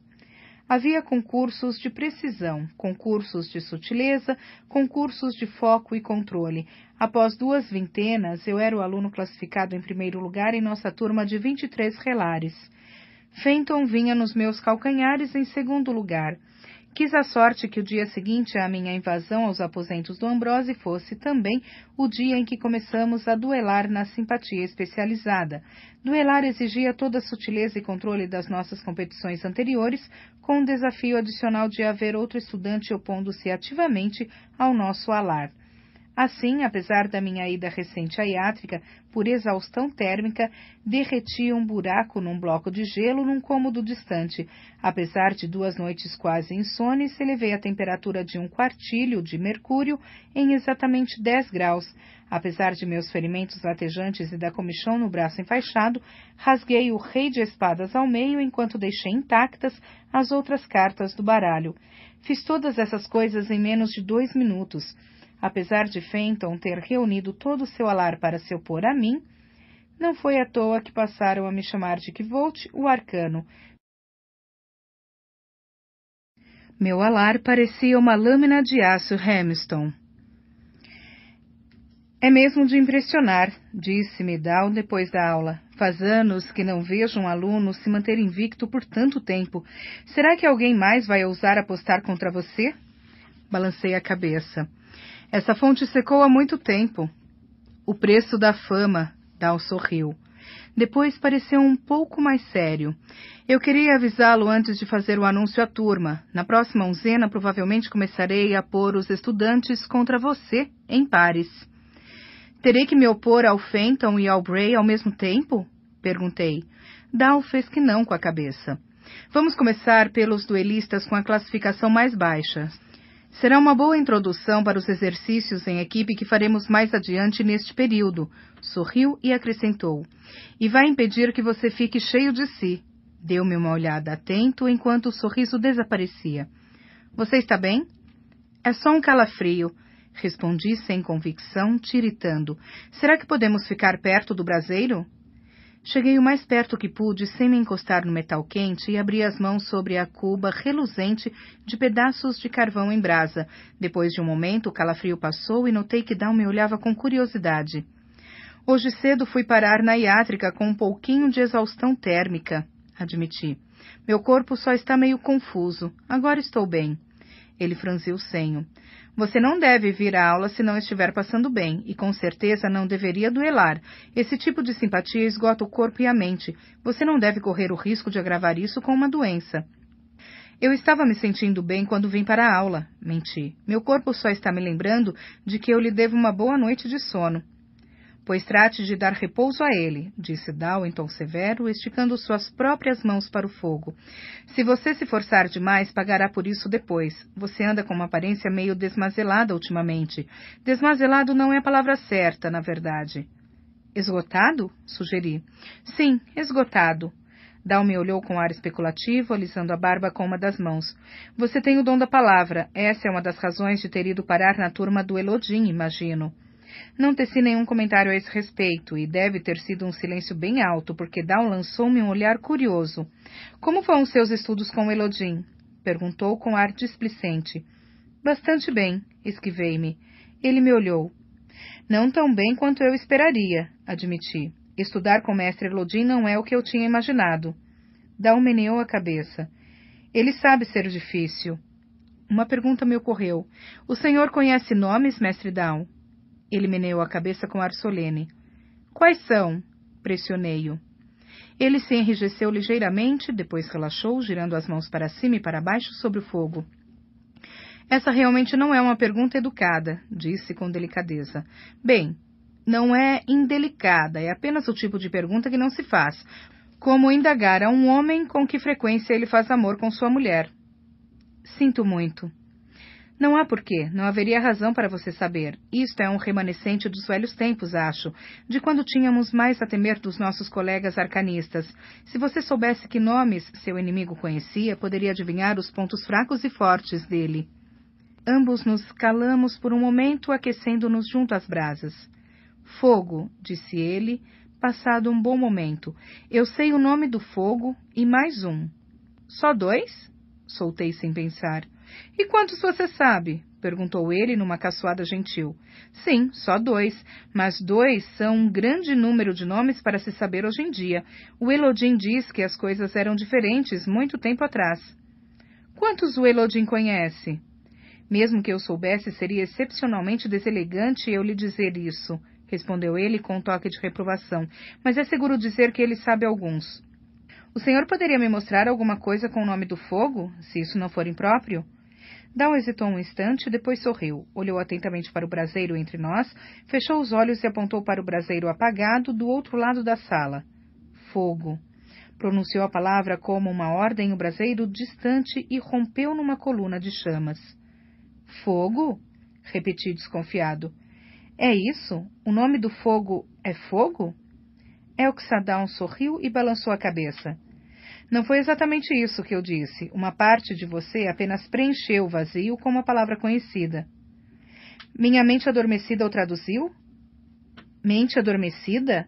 Repetiu ele com um olhar intrigado. É como Elodin chama a parte de nós que sabe os nomes, expliquei. Down deu de ombros e passou a mão sobre a barba preta e escura. Chame-a como quiser. O fato de você ter ouvido eu dizer alguma coisa provavelmente é um bom sinal. Às vezes não sei por que me incomodo com a denominação, reclamei. Eu podia ter acendido aquele braseiro com a simpatia. Não sem uma conexão, assinalou Down. Sem uma conexão, uma fonte de energia... Ainda assim, parece inútil. Todos os dias aprendo coisas na sua aula, coisas úteis. Não tenho nada para mostrar por todo o tempo que passei na denominação. Ontem, sabe sobre o que foi a aula de Elodin? Down fez que não com a cabeça. A diferença entre o despido e o nu, revelei em tom categórico. Down caiu na gargalhada. Estou falando sério, lutei para entrar na turma dele, mas agora só consigo pensar em todo o tempo que estou desperdiçando lá, um tempo que eu poderia gastar em coisas mais práticas. Há coisas mais práticas do que nomes, admitiu Down. Mas observe. Concentrou-se no braseiro em frente a nós e seu olhar tornou-se distante. Voltou a falar, dessa vez murmurando, e baixou lentamente a mão até ela ficar poucas polegadas acima das brasas incandescentes. Em seguida, com uma expressão atenta no rosto, afundou a mão no coração do fogo, aninhando os dedos afastados nas brasas alaranjadas, como se nada mais fossem que cascalho solto. Percebi que eu estava prendendo a respiração e a soltei baixinho, sem querer interromper a concentração dele. — Como? — indaguei. — Nomes, disse Down com firmeza e retirou a mão do fogo. Estava suja de cinzas esbranquiçadas, porém perfeitamente intactas. Os nomes refletem a verdadeira compreensão de algo e quando você realmente compreende uma coisa, exerce poder sobre ela. Mas o fogo não é uma coisa em si, protestei. É apenas uma reação química exotérmica. Ele... gaguejei e parei. Down respirou fundo e, por um momento, pareceu prestes a oferecer uma explicação, mas, em vez disso, deu uma risada e encolheu os ombros com ar de desamparo. Não tenho inteligência para lhe explicar. Pergunte ao Elodin. É ele quem diz compreender essas coisas. Eu só trabalho aqui.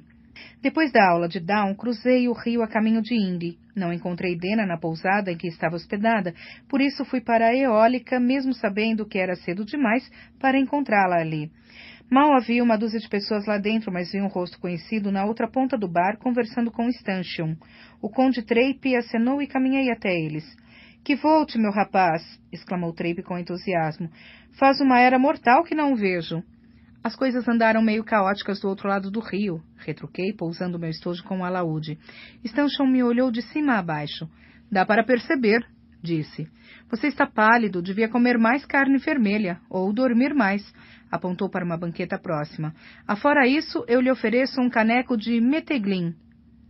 Eu lhe serei grato por isso, respondi, subindo na banqueta. Foi maravilhoso tirar o peso de minhas pernas doloridas. Se é de carne e sono que você precisa, disse Trape em tom sedutor, deve ir jantar na minha residência. Prometo-lhe uma comida esplêndida e uma conversa tão maçante que você poderá dormir ao longo dela sem se preocupar em estar perdendo algo. Lançou-me um olhar suplicante.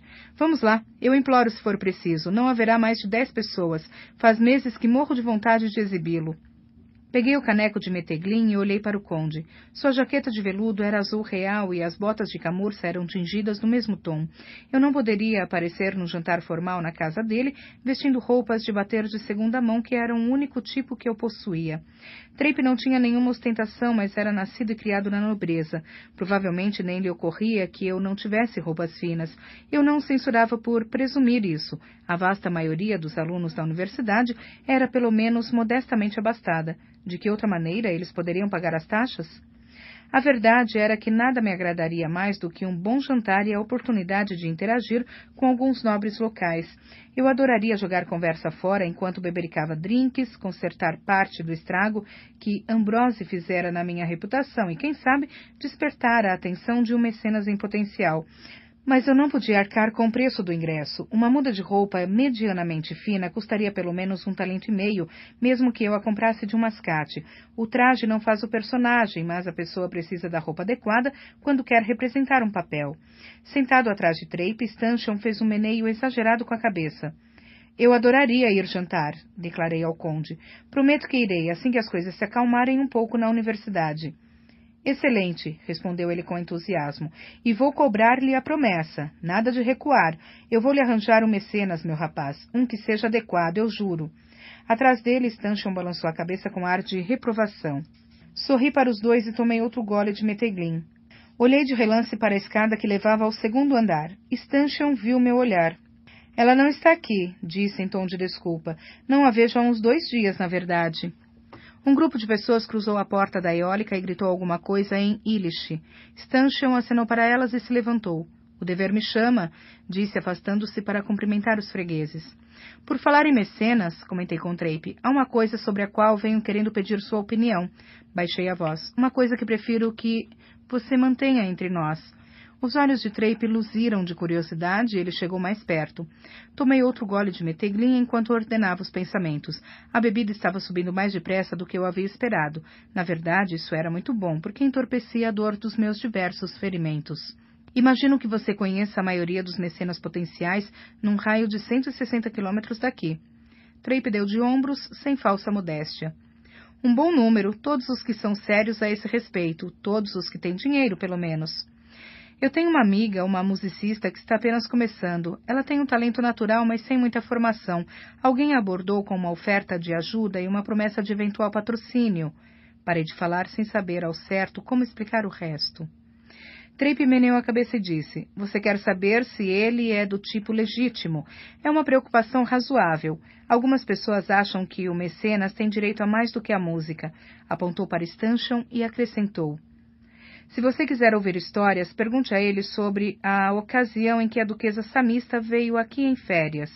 Disse com um risinho que foi quase um gemido e esfregou os olhos. Que os pequenos deuses me ajudem, aquela mulher era assustadora. Essa é a minha preocupação, não sei se ele é de confiança. Posso indagar por aí se você quiser. Como é o nome dele? Isso é parte do problema, não sei o nome dele. Acho que ela também não sabe. Trape franziu o senho ao ouvir isso. Como é possível ela não saber o nome dele? O sujeito lhe deu um nome, mas ela não sabe se é verdadeiro.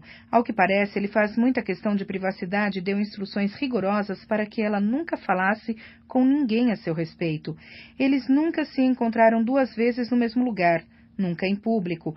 O homem passa meses ausente de cada vez. Acrescentei e olhei para Trape. O que lhe parece? Bem, está longe de ser ideal, respondeu ele com a voz carregada de reprovação. É muito provável que esse sujeito não seja mesmo um mecenas correto. Parece que pode estar se aproveitando da sua amiga. Assenti com a cabeça, tristonho. Também foi o que eu pensei. Por outro lado, disse Trape, alguns mecenas realmente trabalham em sigilo. Quando descobrem uma pessoa talentosa, não é incomum cuidarem dela em particular e depois... Fez um floreio dramático com uma das mãos. É como um truque de mágica. De repente o sujeito tira do nada um músico brilhante. Trape lançou-me um sorriso afável e prosseguiu. Eu achava que era isso que alguém tinha feito com você, admitiu. Você surgiu do nada e ganhou sua gaita de prata. Achei que alguém o mantivera escondido até estar pronto para fazer sua aparição grandiosa. Eu não havia pensado nisso. Essas coisas acontecem, disse o conde. Mas pontos de encontro estranhos e o fato de ela não saber ao certo o nome dele? Balançou a cabeça e franziu o senho. No mínimo é bastante indecoroso. Ou esse sujeito está se divertindo um pouco, fingindo-se de bandido, ou é realmente suspeito. Trape pareceu pensar por um momento, tamborilando no balcão do bar. Diga à sua amiga para tomar cuidado e manter a cabeça no lugar. É terrível quando o mecenas se aproveita de uma dama. É uma traição. Mas já conheci homens que fazem pouco mais que posar de mecenas para ganhar a confiança de uma mulher. Carregou o sobrolho e concluiu. Isso é pior. Eu estava a caminho da universidade com a ponte de pedra já despontando ao longe quando comecei a sentir uma ardência incômoda me subir pelo braço. De início pensei que fosse a dor dos cortes 2 vezes suturados do meu cotovelo, pois eles haviam coçado e ardido o dia inteiro. Mas, em vez de diminuir, o calor continuou a se espalhar por meu braço e a subir para o lado esquerdo do peito. Comecei a transpirar como se tivesse uma febre repentina. Tirei a capa, deixando o ar fresco me esfriar. Comecei a desabotoar a camisa. A brisa outonal ajudou e eu me abanei com a capa, mas o calor tornou-se mais intenso, até doloroso, como se eu tivesse derramado água fervendo no peito. Por sorte, essa parte da estrada era paralela a um riacho que desaguava no rio Ometi, ali perto. Sem conseguir pensar num plano melhor, chutei as botas para longe, tirei o alaúde do ombro e pulei dentro d'água. A água gelada do riacho me fez arquejar e esbravejar, mas esfriou minha pele ardente.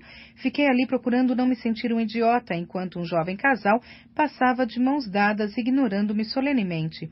O calor estranho deslocou-se pelo meu corpo, como se um fogo aprisionado dentro de mim tentasse encontrar uma saída.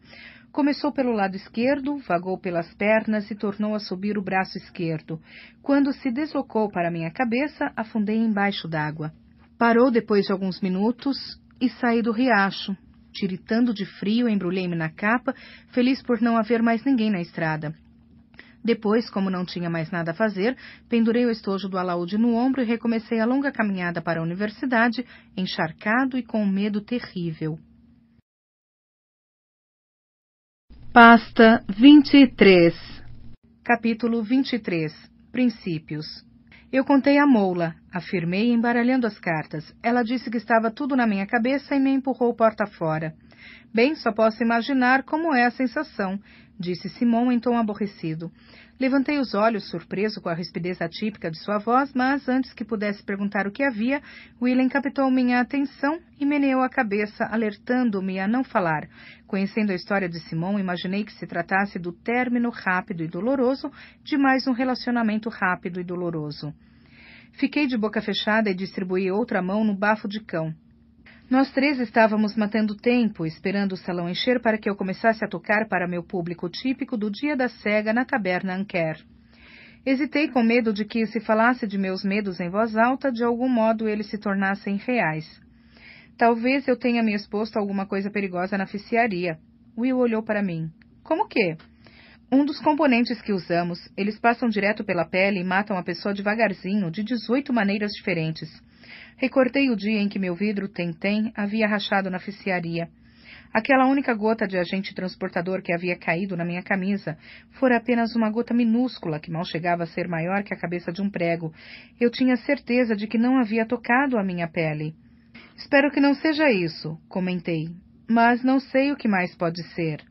Talvez um efeito retardado da poda de ameixa, disse Simon com ar sombrio. O Ambrose não é grande coisa como alquimista, e pelo que sei, um dos principais ingredientes dessa droga é o chumbo. Se ele mesmo calculou os componentes, pode ser que haja princípios latentes afetando seu organismo. Você comeu ou bebeu alguma coisa diferente hoje? Pensei um pouco antes de responder. Bebi uma boa quantidade de meteglina eólica. Aquele troço deixa qualquer um doente, disse Will com ar sinistro. Eu gosto, retrucou Simon, mas ele sozinho é praticamente uma panaceia. Há uma porção de tinturas diferentes que entram na composição. Nada de alquímico, mas leva noz moscada, tomilho, cravo, toda sorte de especiarias. Pode ser que uma delas tenha desencadeado algum dos princípios livres que estão espreitando no seu organismo. Que maravilha, resmunguei. E o que eu faço para consertar isso? Simon abriu as mãos com ar desamparado. Foi o que eu pensei, falei. Mesmo assim, parece melhor do que envenenamento por metais. Simon ganhou 4 vasas seguidas, forçando uma carta com inteligência, e no fim da rodada estava sorrindo de novo. Nunca foi mesmo dado a longas ruminações. William alinhou suas cartas e eu afastei minha cadeira da mesa. Toque aquela da vaca bêbada e do bebedor de manteiga, pediu Simon. Não pude deixar de sorrir. Mais tarde, talvez, respondi, pegando o estojo cada vez mais caquético do meu alaúde e me dirigindo à frente da lareira, em meio ao som de aplausos dispersos e conhecidos. Levei um bom tempo para abrir o estojo, desatando o fio de cobre que ainda usava no lugar da fivela. Toquei durante as 2 horas seguintes. Cantei Panela de Fundo de Cobre, Ramo de Lilás e A Tina da Tia M. A plateia riu, bateu palmas e deu vivas. À medida que ia dedilhando as canções, senti minhas preocupações diminuírem. A música sempre foi o melhor remédio para meus azedumes. Enquanto eu cantava, até os machucados pareciam doer menos.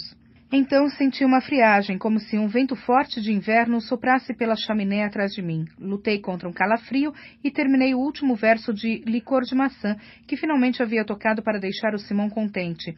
Quando finalizei o último acorde, a multidão aplaudiu e, aos poucos, a conversa cresceu, tornando a encher o salão. Olhei para a lareira às minhas costas, mas o fogo ardia animadamente, sem sinal de correntes de ar. Desci da soleira na esperança de que uma pequena caminhada espantasse o meu frio. Mal dei alguns passos, porém, vi que não era o caso. O frio se instalou diretamente em meus ossos. Voltei para a lareira e abri as mãos para aquecê-las. Will e Simon apareceram do meu lado. — O que está havendo? — perguntou Simon. — Você parece que vai vomitar. — É qualquer coisa assim, retruquei, cerrando os dentes para não baterem. Vá dizer ao Anker que estou passando mal e tenho que encurtar a apresentação. Depois acenda uma vela nesse fogo e leve-a para o meu quarto. Olhei para os rostos sérios dos dois. Will, você pode me ajudar a sair daqui? Não quero fazer uma cena. William fez que sim e me deu o braço. Apoiei-me nele e me concentrei em impedir que meu corpo sacudisse enquanto nos dirigíamos à escada. Ninguém prestou muita atenção em nós. Provavelmente eu parecia mais bêbado que qualquer outra coisa. Minhas mãos estavam dormentes e pesadas. Senti os lábios gelados. Depois do primeiro lance de escada, não pude mais controlar meu tremor. Ainda consegui andar, mas os músculos grossos de minhas pernas entravam em espasmos a cada passo. Will parou. Devíamos iátrica, disse. Embora não soasse diferente, seu sotaque ceáldico estava mais carregado e ele começava a engolir palavras. Sinal de que estava verdadeiramente preocupado. Balancei a cabeça com firmeza e me verguei para a frente, sabendo que ele teria de me ajudar a subir a escada ou me deixar cair. William passou o braço em volta de mim e meio que me equilibrou, meio que me carregou o resto do caminho. Uma vez no meu quartinho, cambaleei para a cama. Will pôs um cobertor sobre meus ombros. Ouvimos passos no corredor e Simon espiou pela porta, nervoso. Segurava um toco de vela, protegendo a chama com a outra mão ao andar. Peguei. Para que você a quer, afinal? Ali, respondi apontando para a mesa ao lado da cama. Você a acendeu na lareira? Os olhos de Simon estavam assustados. Os seus lábios, disse, não estão com uma cor boa. Arranquei uma lasca da madeira da mesinha de cabeceira e a cravei com força no dorso da mão. O sangue brotou e rolei a lasca por ele, molhando-a. Feche a porta, instruí. Você não vai fazer o que penso que está fazendo, disse Simon em tom firme. Enfiei a lasca comprida na cera macia da vela, junto ao pavio incandescente. Ela crepitou um pouco, depois foi envolvida pela chama. Resmunguei 2 conexões, uma atrás da outra, falando devagar, para que meus lábios dormentes não engrolassem as palavras. — O que está fazendo? Perguntou Simon. — Está tentando se cozinhar? Quando não respondi, ele deu um passo à frente, como se fosse derrubar a vela. Will o segurou pelo braço. — As mãos dele estão geladas, disse baixinho. — Ele está gelado, gelado mesmo. Os olhos de Simon correram nervosamente entre nós dois. Ele deu um passo atrás. Só tome cuidado. Mas eu já o estava ignorando. Fechei os olhos e liguei a chama da vela ao fogo lá embaixo. Então, com cuidado, fiz a segunda conexão entre o sangue da lasca e o sangue do meu corpo. Foi muito parecido com o que eu tinha feito com a gota de vinho na eólica, com a diferença óbvia de que eu não queria que meu sangue fervesse. No princípio, houve apenas uma breve comichão de calor, nem de longe suficiente. Aumentei a concentração e senti todo o meu corpo relaxar à medida que o calor me inundava. Mantive os olhos fechados, conservando a atenção nas conexões, até conseguir respirar fundo várias vezes, sem nenhum calafrio nem tremor. Abri os olhos e vi meus 2 amigos me observando, expectantes. Sorri para eles. Eu estou bem. Mas antes que acabasse de proferir as palavras, comecei a transpirar. De repente fiquei quente demais, quente de dar náusea. Rompi as 2 conexões com a rapidez de quem retira a mão de uma estufa de ferro quente. Respirei fundo algumas vezes, depois fiquei de pé e fui até a janela. Abri-a e me debrucei pesadamente sobre o parapeito, desfrutando o frio ar outonal que recendia a folhas mortas e a chuva que se aproximava. Fez-se um longo silêncio. Isso pareceu um congelamento por conexão, disse Simon. Um caso realmente feio de congelamento. A sensação foi mesmo essa, confirmei. Talvez o seu corpo tenha perdido a capacidade de regular a própria têmpera, será? Sugeriu Weyland. Temperatura, corrigiu Simon, distraído. Isso não explicaria a queimadura no meu peito, falei. Simon inclinou a cabeça. Queimadura? Eu estava molhado de suor, por isso fiquei contente com a desculpa para desabotoar a camisa e tirá-la pela cabeça. Grande parte do meu peito e do braço tinha uma tonalidade vermelho vivo, em nítido contraste com minha pele comumente pálida.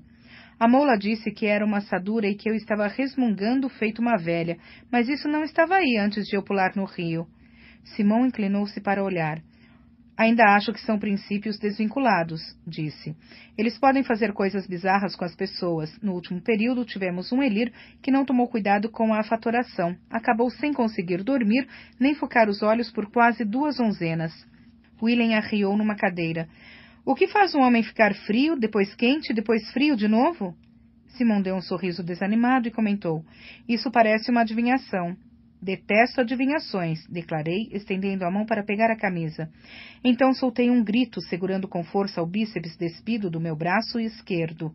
Brotou sangue entre meus dedos. Simon levantou-se de um salto e olhou em volta, desvairado, obviamente sem saber o que fazer. A sensação foi de eu ter sido golpeado por uma faca invisível. Por Deus enegrecido, maldição! Xinguei entre os dentes cerrados. Tirei a mão e vi o pequeno ferimento redondo em meu braço vindo de lugar nenhum. Simon assumiu uma expressão horrorizada, olhos arregalados, as mãos cobrindo a boca. Disse alguma coisa, mas eu estava ocupado demais com minha concentração para ouvi-lo. Já sabia o que ele ia dizer, de qualquer modo. Malfeitoria. Tudo isso era malfeitoria. Havia alguém me atacando. Desci ao coração de pedra e fiz valer todo o meu alar. Mas meu agressor desconhecido não estava perdendo tempo. Veio uma dor aguda em meu peito, perto do ombro. Não rompeu a pele dessa vez, mas vi uma mancha azul escura brotar embaixo dela. Enrijeci meu alar e a faca seguinte foi pouco mais que um beliscão. Depois, dividi depressa minha mente em 3 partes e dei a 2 delas a função de manter o alar que me protegia. Só então soltei um longo suspiro. Estou bem. Simon deu uma risada que se engasgou no soluço, ainda tapando a boca com as mãos. — Como é que você pode dizer isso? — perguntou, visivelmente horrorizado. Olhei para mim. Ainda havia sangue brotando por entre meus dedos, escorrendo pelo dorso da mão e pelo braço. — É verdade, insisti. — Sinceramente, Simon. — Mas malfeitoria, objetou ele. Isso simplesmente não se faz. Sentei-me na beirada da cama, mantendo a pressão no ferimento. Acho que temos provas bem claras do contrário. William voltou a se sentar. Eu estou com o Simon. Jamais acreditaria nisso. Falou com um gesto enraivecido. Os arcanistas não fazem mais isso. É loucura. E olhando para mim, por que você está sorrindo? Eu me sinto aliviado, respondi com sinceridade. Estava com medo de ter me envenenado com cádmio ou de ter uma doença misteriosa. Isso é só alguém tentando me matar. Como é que alguém poderia fazer isso? Perguntou Simon. Não digo em termos morais. Como foi que alguém conseguiu seu sangue ou seu cabelo? William o fitou. O que você fez com as ataduras depois que o suturou? Queimei-as, foi a resposta defensiva. Não sou idiota. William fez um gesto tranquilizador. Só estou descartando as opções. Provavelmente também não foi a iátrica. Eles são cuidadosos com esse tipo de coisa. Simon levantou-se. Temos de contar a alguém, disse.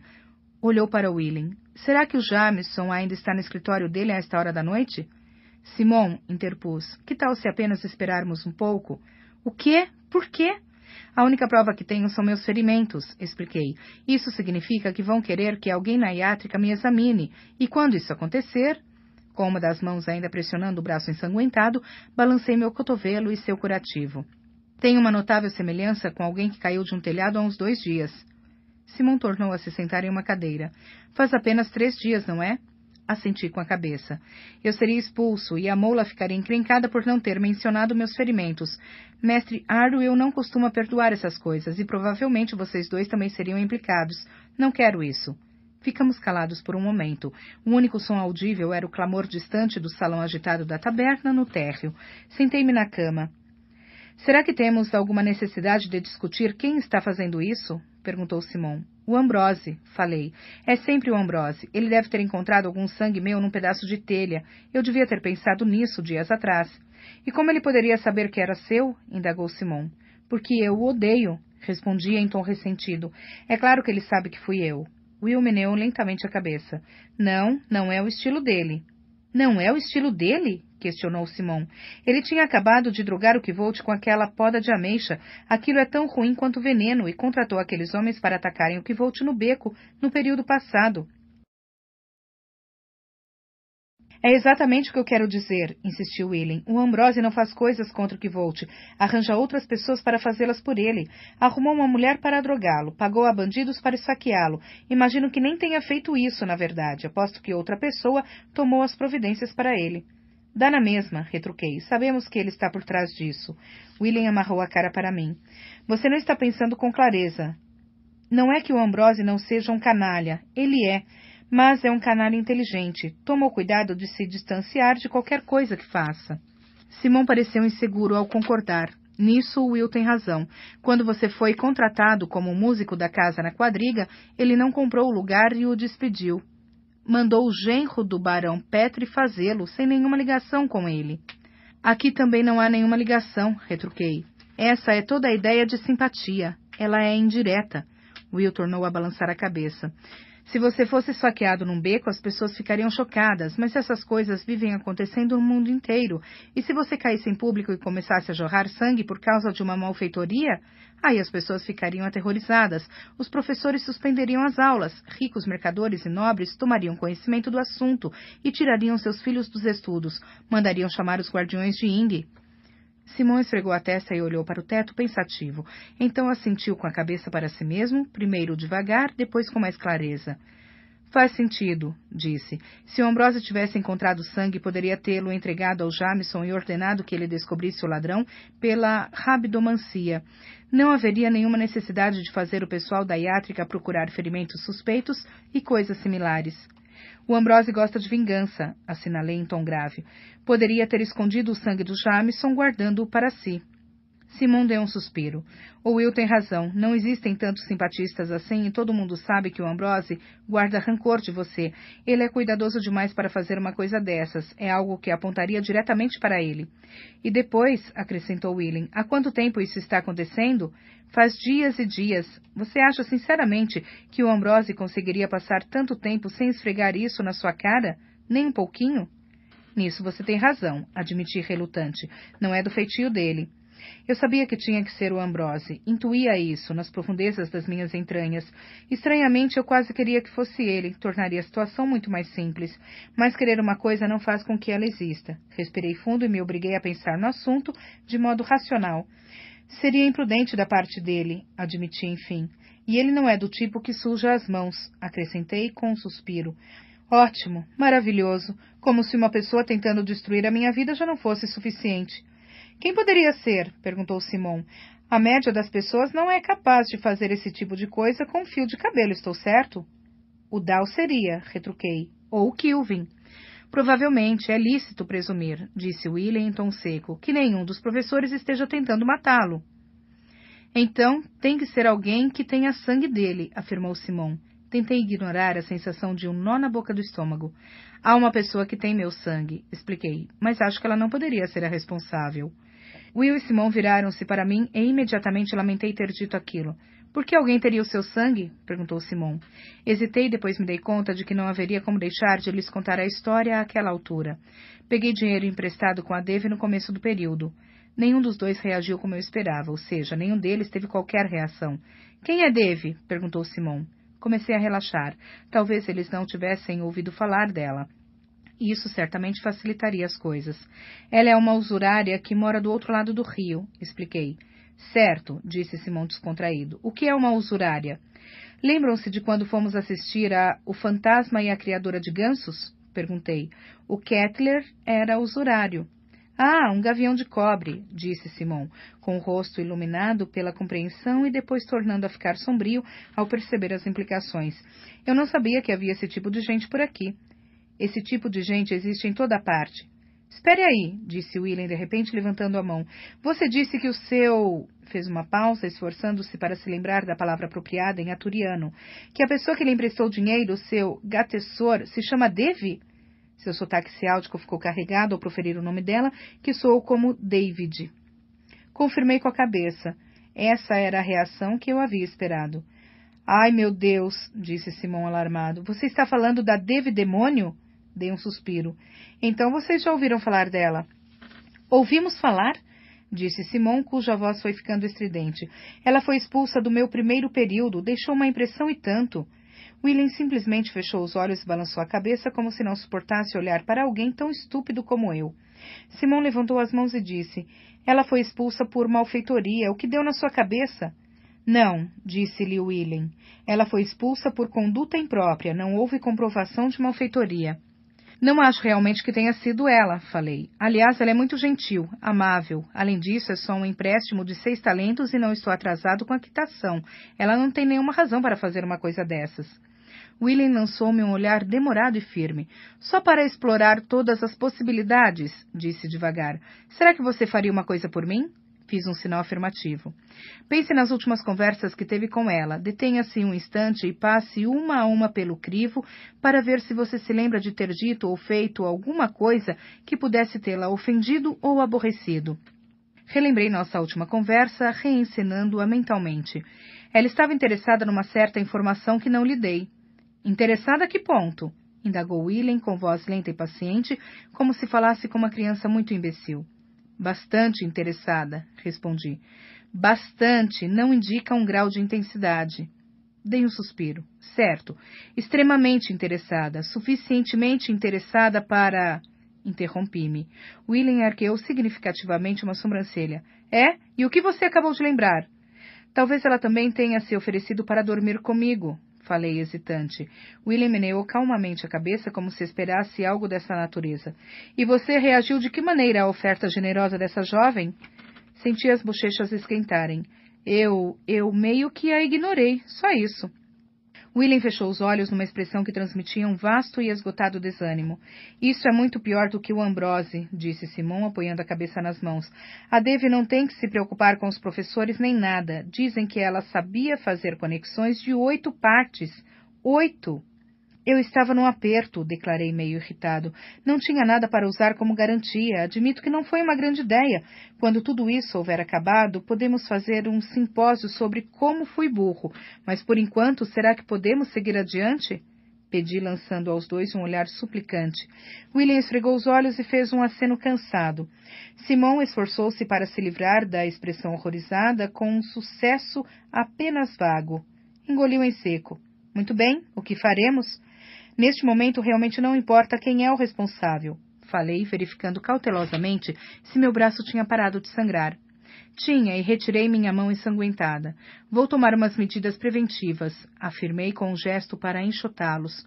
Vão dormir um pouco, vocês dois. Simão esfregou a testa, rindo consigo mesmo. Pelo corpo de Deus, às vezes você é irritante. E se for atacado de novo? Já aconteceu 2 vezes neste tempo em que estamos sentados aqui. Respondi desenvolto. Formiga um pouquinho. Ri da expressão dele e continuei. Eu estou bem, Simon, sinceramente. Há uma razão para eu ser o melhor duelista da turma do Dow. Estou perfeitamente seguro. Desde que fique acordado, interpôs William com seriedade no olhar sombrio. Meu sorriso cristalizou-se. Desde que eu fique acordado, repeti. É claro. William levantou-se e deu a entender que ia embora. Pois bem, lave-se e tome as suas medidas preventivas, disse, lançando-me um olhar incisivo. Será que o jovem mestre Simon e eu devemos esperar pelo melhor duelista do Dow no meu quarto esta noite? Senti-me corar de vergonha. Ora, é claro, eu agradeceria muitíssimo. Will fez uma reverência exagerada, abriu a porta e saiu para o corredor. A essa altura, Simon exibia um largo sorriso. Então está combinado, mas vista uma camisa antes de ir. Vou zelar por você esta noite como um bebezinho cheio de cólicas que é, mas me recuso a fazê-lo se você insistir em dormir nu. Depois que Will e Simon se foram, saí pela janela para os telhados. Deixei a camisa no quarto, já que estava todo ensanguentado, e não queria destruí-la. Confiei na noite escura e no horário tardio, torcendo para que ninguém me visse, correr pelos telhados da universidade, seminu e sangrando. É relativamente fácil a pessoa se proteger da simpatia quando sabe o que está fazendo. Alguém tentando me queimar, me esfaquear ou tirar o calor do meu corpo até eu entrar em hipotermia. Tudo isso lidava com a aplicação simples e direta da força, de modo que a oposição era fácil. Agora eu sabia o que estava acontecendo e que mantinha minha guarda levantada. Eu me sentia seguro. Meu novo temor era que a pessoa que estava me atacando ficasse entediada e tentasse algo diferente, algo como descobrir minha localização e recorrer a um tipo de agressão mais corriqueiro que eu não pudesse prevenir com minha força de vontade. A malfeitoria é aterrorizante, mas um bandido com uma navalha afiada nos mata 10 vezes mais depressa se nos pegar numa viela escura. E apanhar alguém desprevenido é incrivelmente fácil quando se pode acompanhar cada movimento dele através do uso do seu sangue. Por isso saí andando pelos telhados. Meu plano era pegar um punhado de folhas de outono, marcá-las com meu sangue e jogá-las para que rolassem interminavelmente pela casa do vento. Era um truque que eu já havia usado. Mas, ao saltar sobre uma arruela estreita, vi o clarão do relâmpago nas nuvens e senti cheiro de chuva no ar. Uma tempestade se aproximava. A chuva não apenas amontoaria as folhas, impedindo-as de se mexerem, como também lavaria o meu sangue. Parar ali no telhado com a sensação de ter sido surrado até ver 12 cores diferentes do inferno trouxe de volta ecos inquietantes dos meus anos em Tarbeã. Observei os relâmpagos distantes e procurei não me deixar dominar por essa sensação. Forcei-me a me lembrar que eu não era a mesma criança faminta e desamparada que havia sido naquela época. Ouvi um som vago e tamborilado quando uma parte do telhado de zinco curvou-se atrás de mim. Enrijeci o corpo, depois relaxei ao ouvir a voz de Auri. Kvold? Olhei para a direita e vi sua forma miúda, parada a uns 3,5 metros de distância. As nuvens escondiam a lua, mas pude perceber um sorriso em sua voz quando ela disse: "Vi você correndo pelo alto das coisas." Acabei de me virar para ela, contente pelo fato de não haver muita luz. Não me agradava pensar em como Auri reagiria ao me ver seminu e coberto de sangue. "Olá, Auri, vem aí uma tempestade. Você não devia estar no alto das coisas esta noite." Ela inclinou a cabeça e disse simplesmente: "Você está." Dei um suspiro. "Estou, mas só..." Feito uma enorme aranha, um relâmpago faiscou no céu e iluminou tudo, pelo espaço de um longo segundo. Então se foi, deixando-me ofuscado pelo clarão. "Auri?" Chamei-a, temendo que a visão do meu corpo a tivesse feito fugir assustada. Outro clarão de raio e eu a vi parada mais perto. Ela apontou para mim com um sorriso encantado e disse: "Você está parecendo um Amir. O Kvold é um dos Siridas." Baixei os olhos para mim e, ao clarão do relâmpago seguinte, vi o que ela queria dizer. Havia sangue seco no dorso das minhas mãos da hora em que havia escorrido, e eu tinha tentado estancá-lo. Parecia uma das antigas tatuagens com que os Amir costumavam marcar seus membros mais importantes. Fiquei tão surpreso com a referência dela que me esqueci da primeira coisa que havia aprendido sobre Auri. Esqueci de ser cuidadoso e lhe fiz uma pergunta. "Auri, como você sabe dos Siridas?" Não houve resposta. O clarão seguinte não me mostrou nada além de um telhado vazio e um céu inclemente. Pasta 24. Capítulo 24. Tinidos. Permaneci no telhado com a tempestade piscando no céu e o coração pesado no peito. Tive vontade de seguir Auri e lhe pedir desculpas, mas sabia que era inútil. O tipo errado de pergunta fazia fugir e quando ela disparava parecia um coelho descendo uma toca. Havia 1000 lugares em que poderia se esconder nos subterrâneos. Eu não tinha nenhuma chance de encontrá-la. Além disso, havia assuntos vitais de que eu precisava cuidar. Naquele exato momento, alguém poderia estar descobrindo minha localização com uma bússola rabidomântica. Eu simplesmente não tinha tempo. Levei quase 1 hora para cruzar os telhados. A luz faiscante da tempestade tornava as coisas mais difíceis, em vez de facilitá-las, pois me cegava por longos momentos após cada clarão. Mesmo assim, acabei capengando até o telhado do Magno, onde eu costumava me encontrar com Auri. Com movimentos rígidos, desci a macieira até o pátio fechado. Já ia chamá-la pela grade pesada de metal que levava aos subterrâneos quando vi um lampejo de movimento na sombra dos arbustos próximos. Olhei para a escuridão sem conseguir enxergar nada além de uma forma vaga. "Auri?" perguntei em tom gentil. "Não gosto de contar", disse ela baixinho, com a voz carregada de lágrimas. De todas as coisas terríveis de que eu havia participado nesses últimos dias, essa era inquestionavelmente a pior. "Sinto muitíssimo, Auri, não vou perguntar de novo, prometo." Houve um solucinho vindo das sombras que congelou meu coração e partiu um pedaço dele. "O que você estava fazendo hoje no alto das coisas?" Indaguei. Sabia que era uma pergunta segura. Já a fizera muitas vezes. Estava vendo os relâmpagos, disse ela, fungando, e depois vi um que parecia uma árvore. O que havia no relâmpago? Perguntei baixinho. Ionização galvânica, disse ela. Depois, com uma pausa, acrescentou. E gelo de rio, e o balanço das tifas. Isso eu gostaria de ter visto.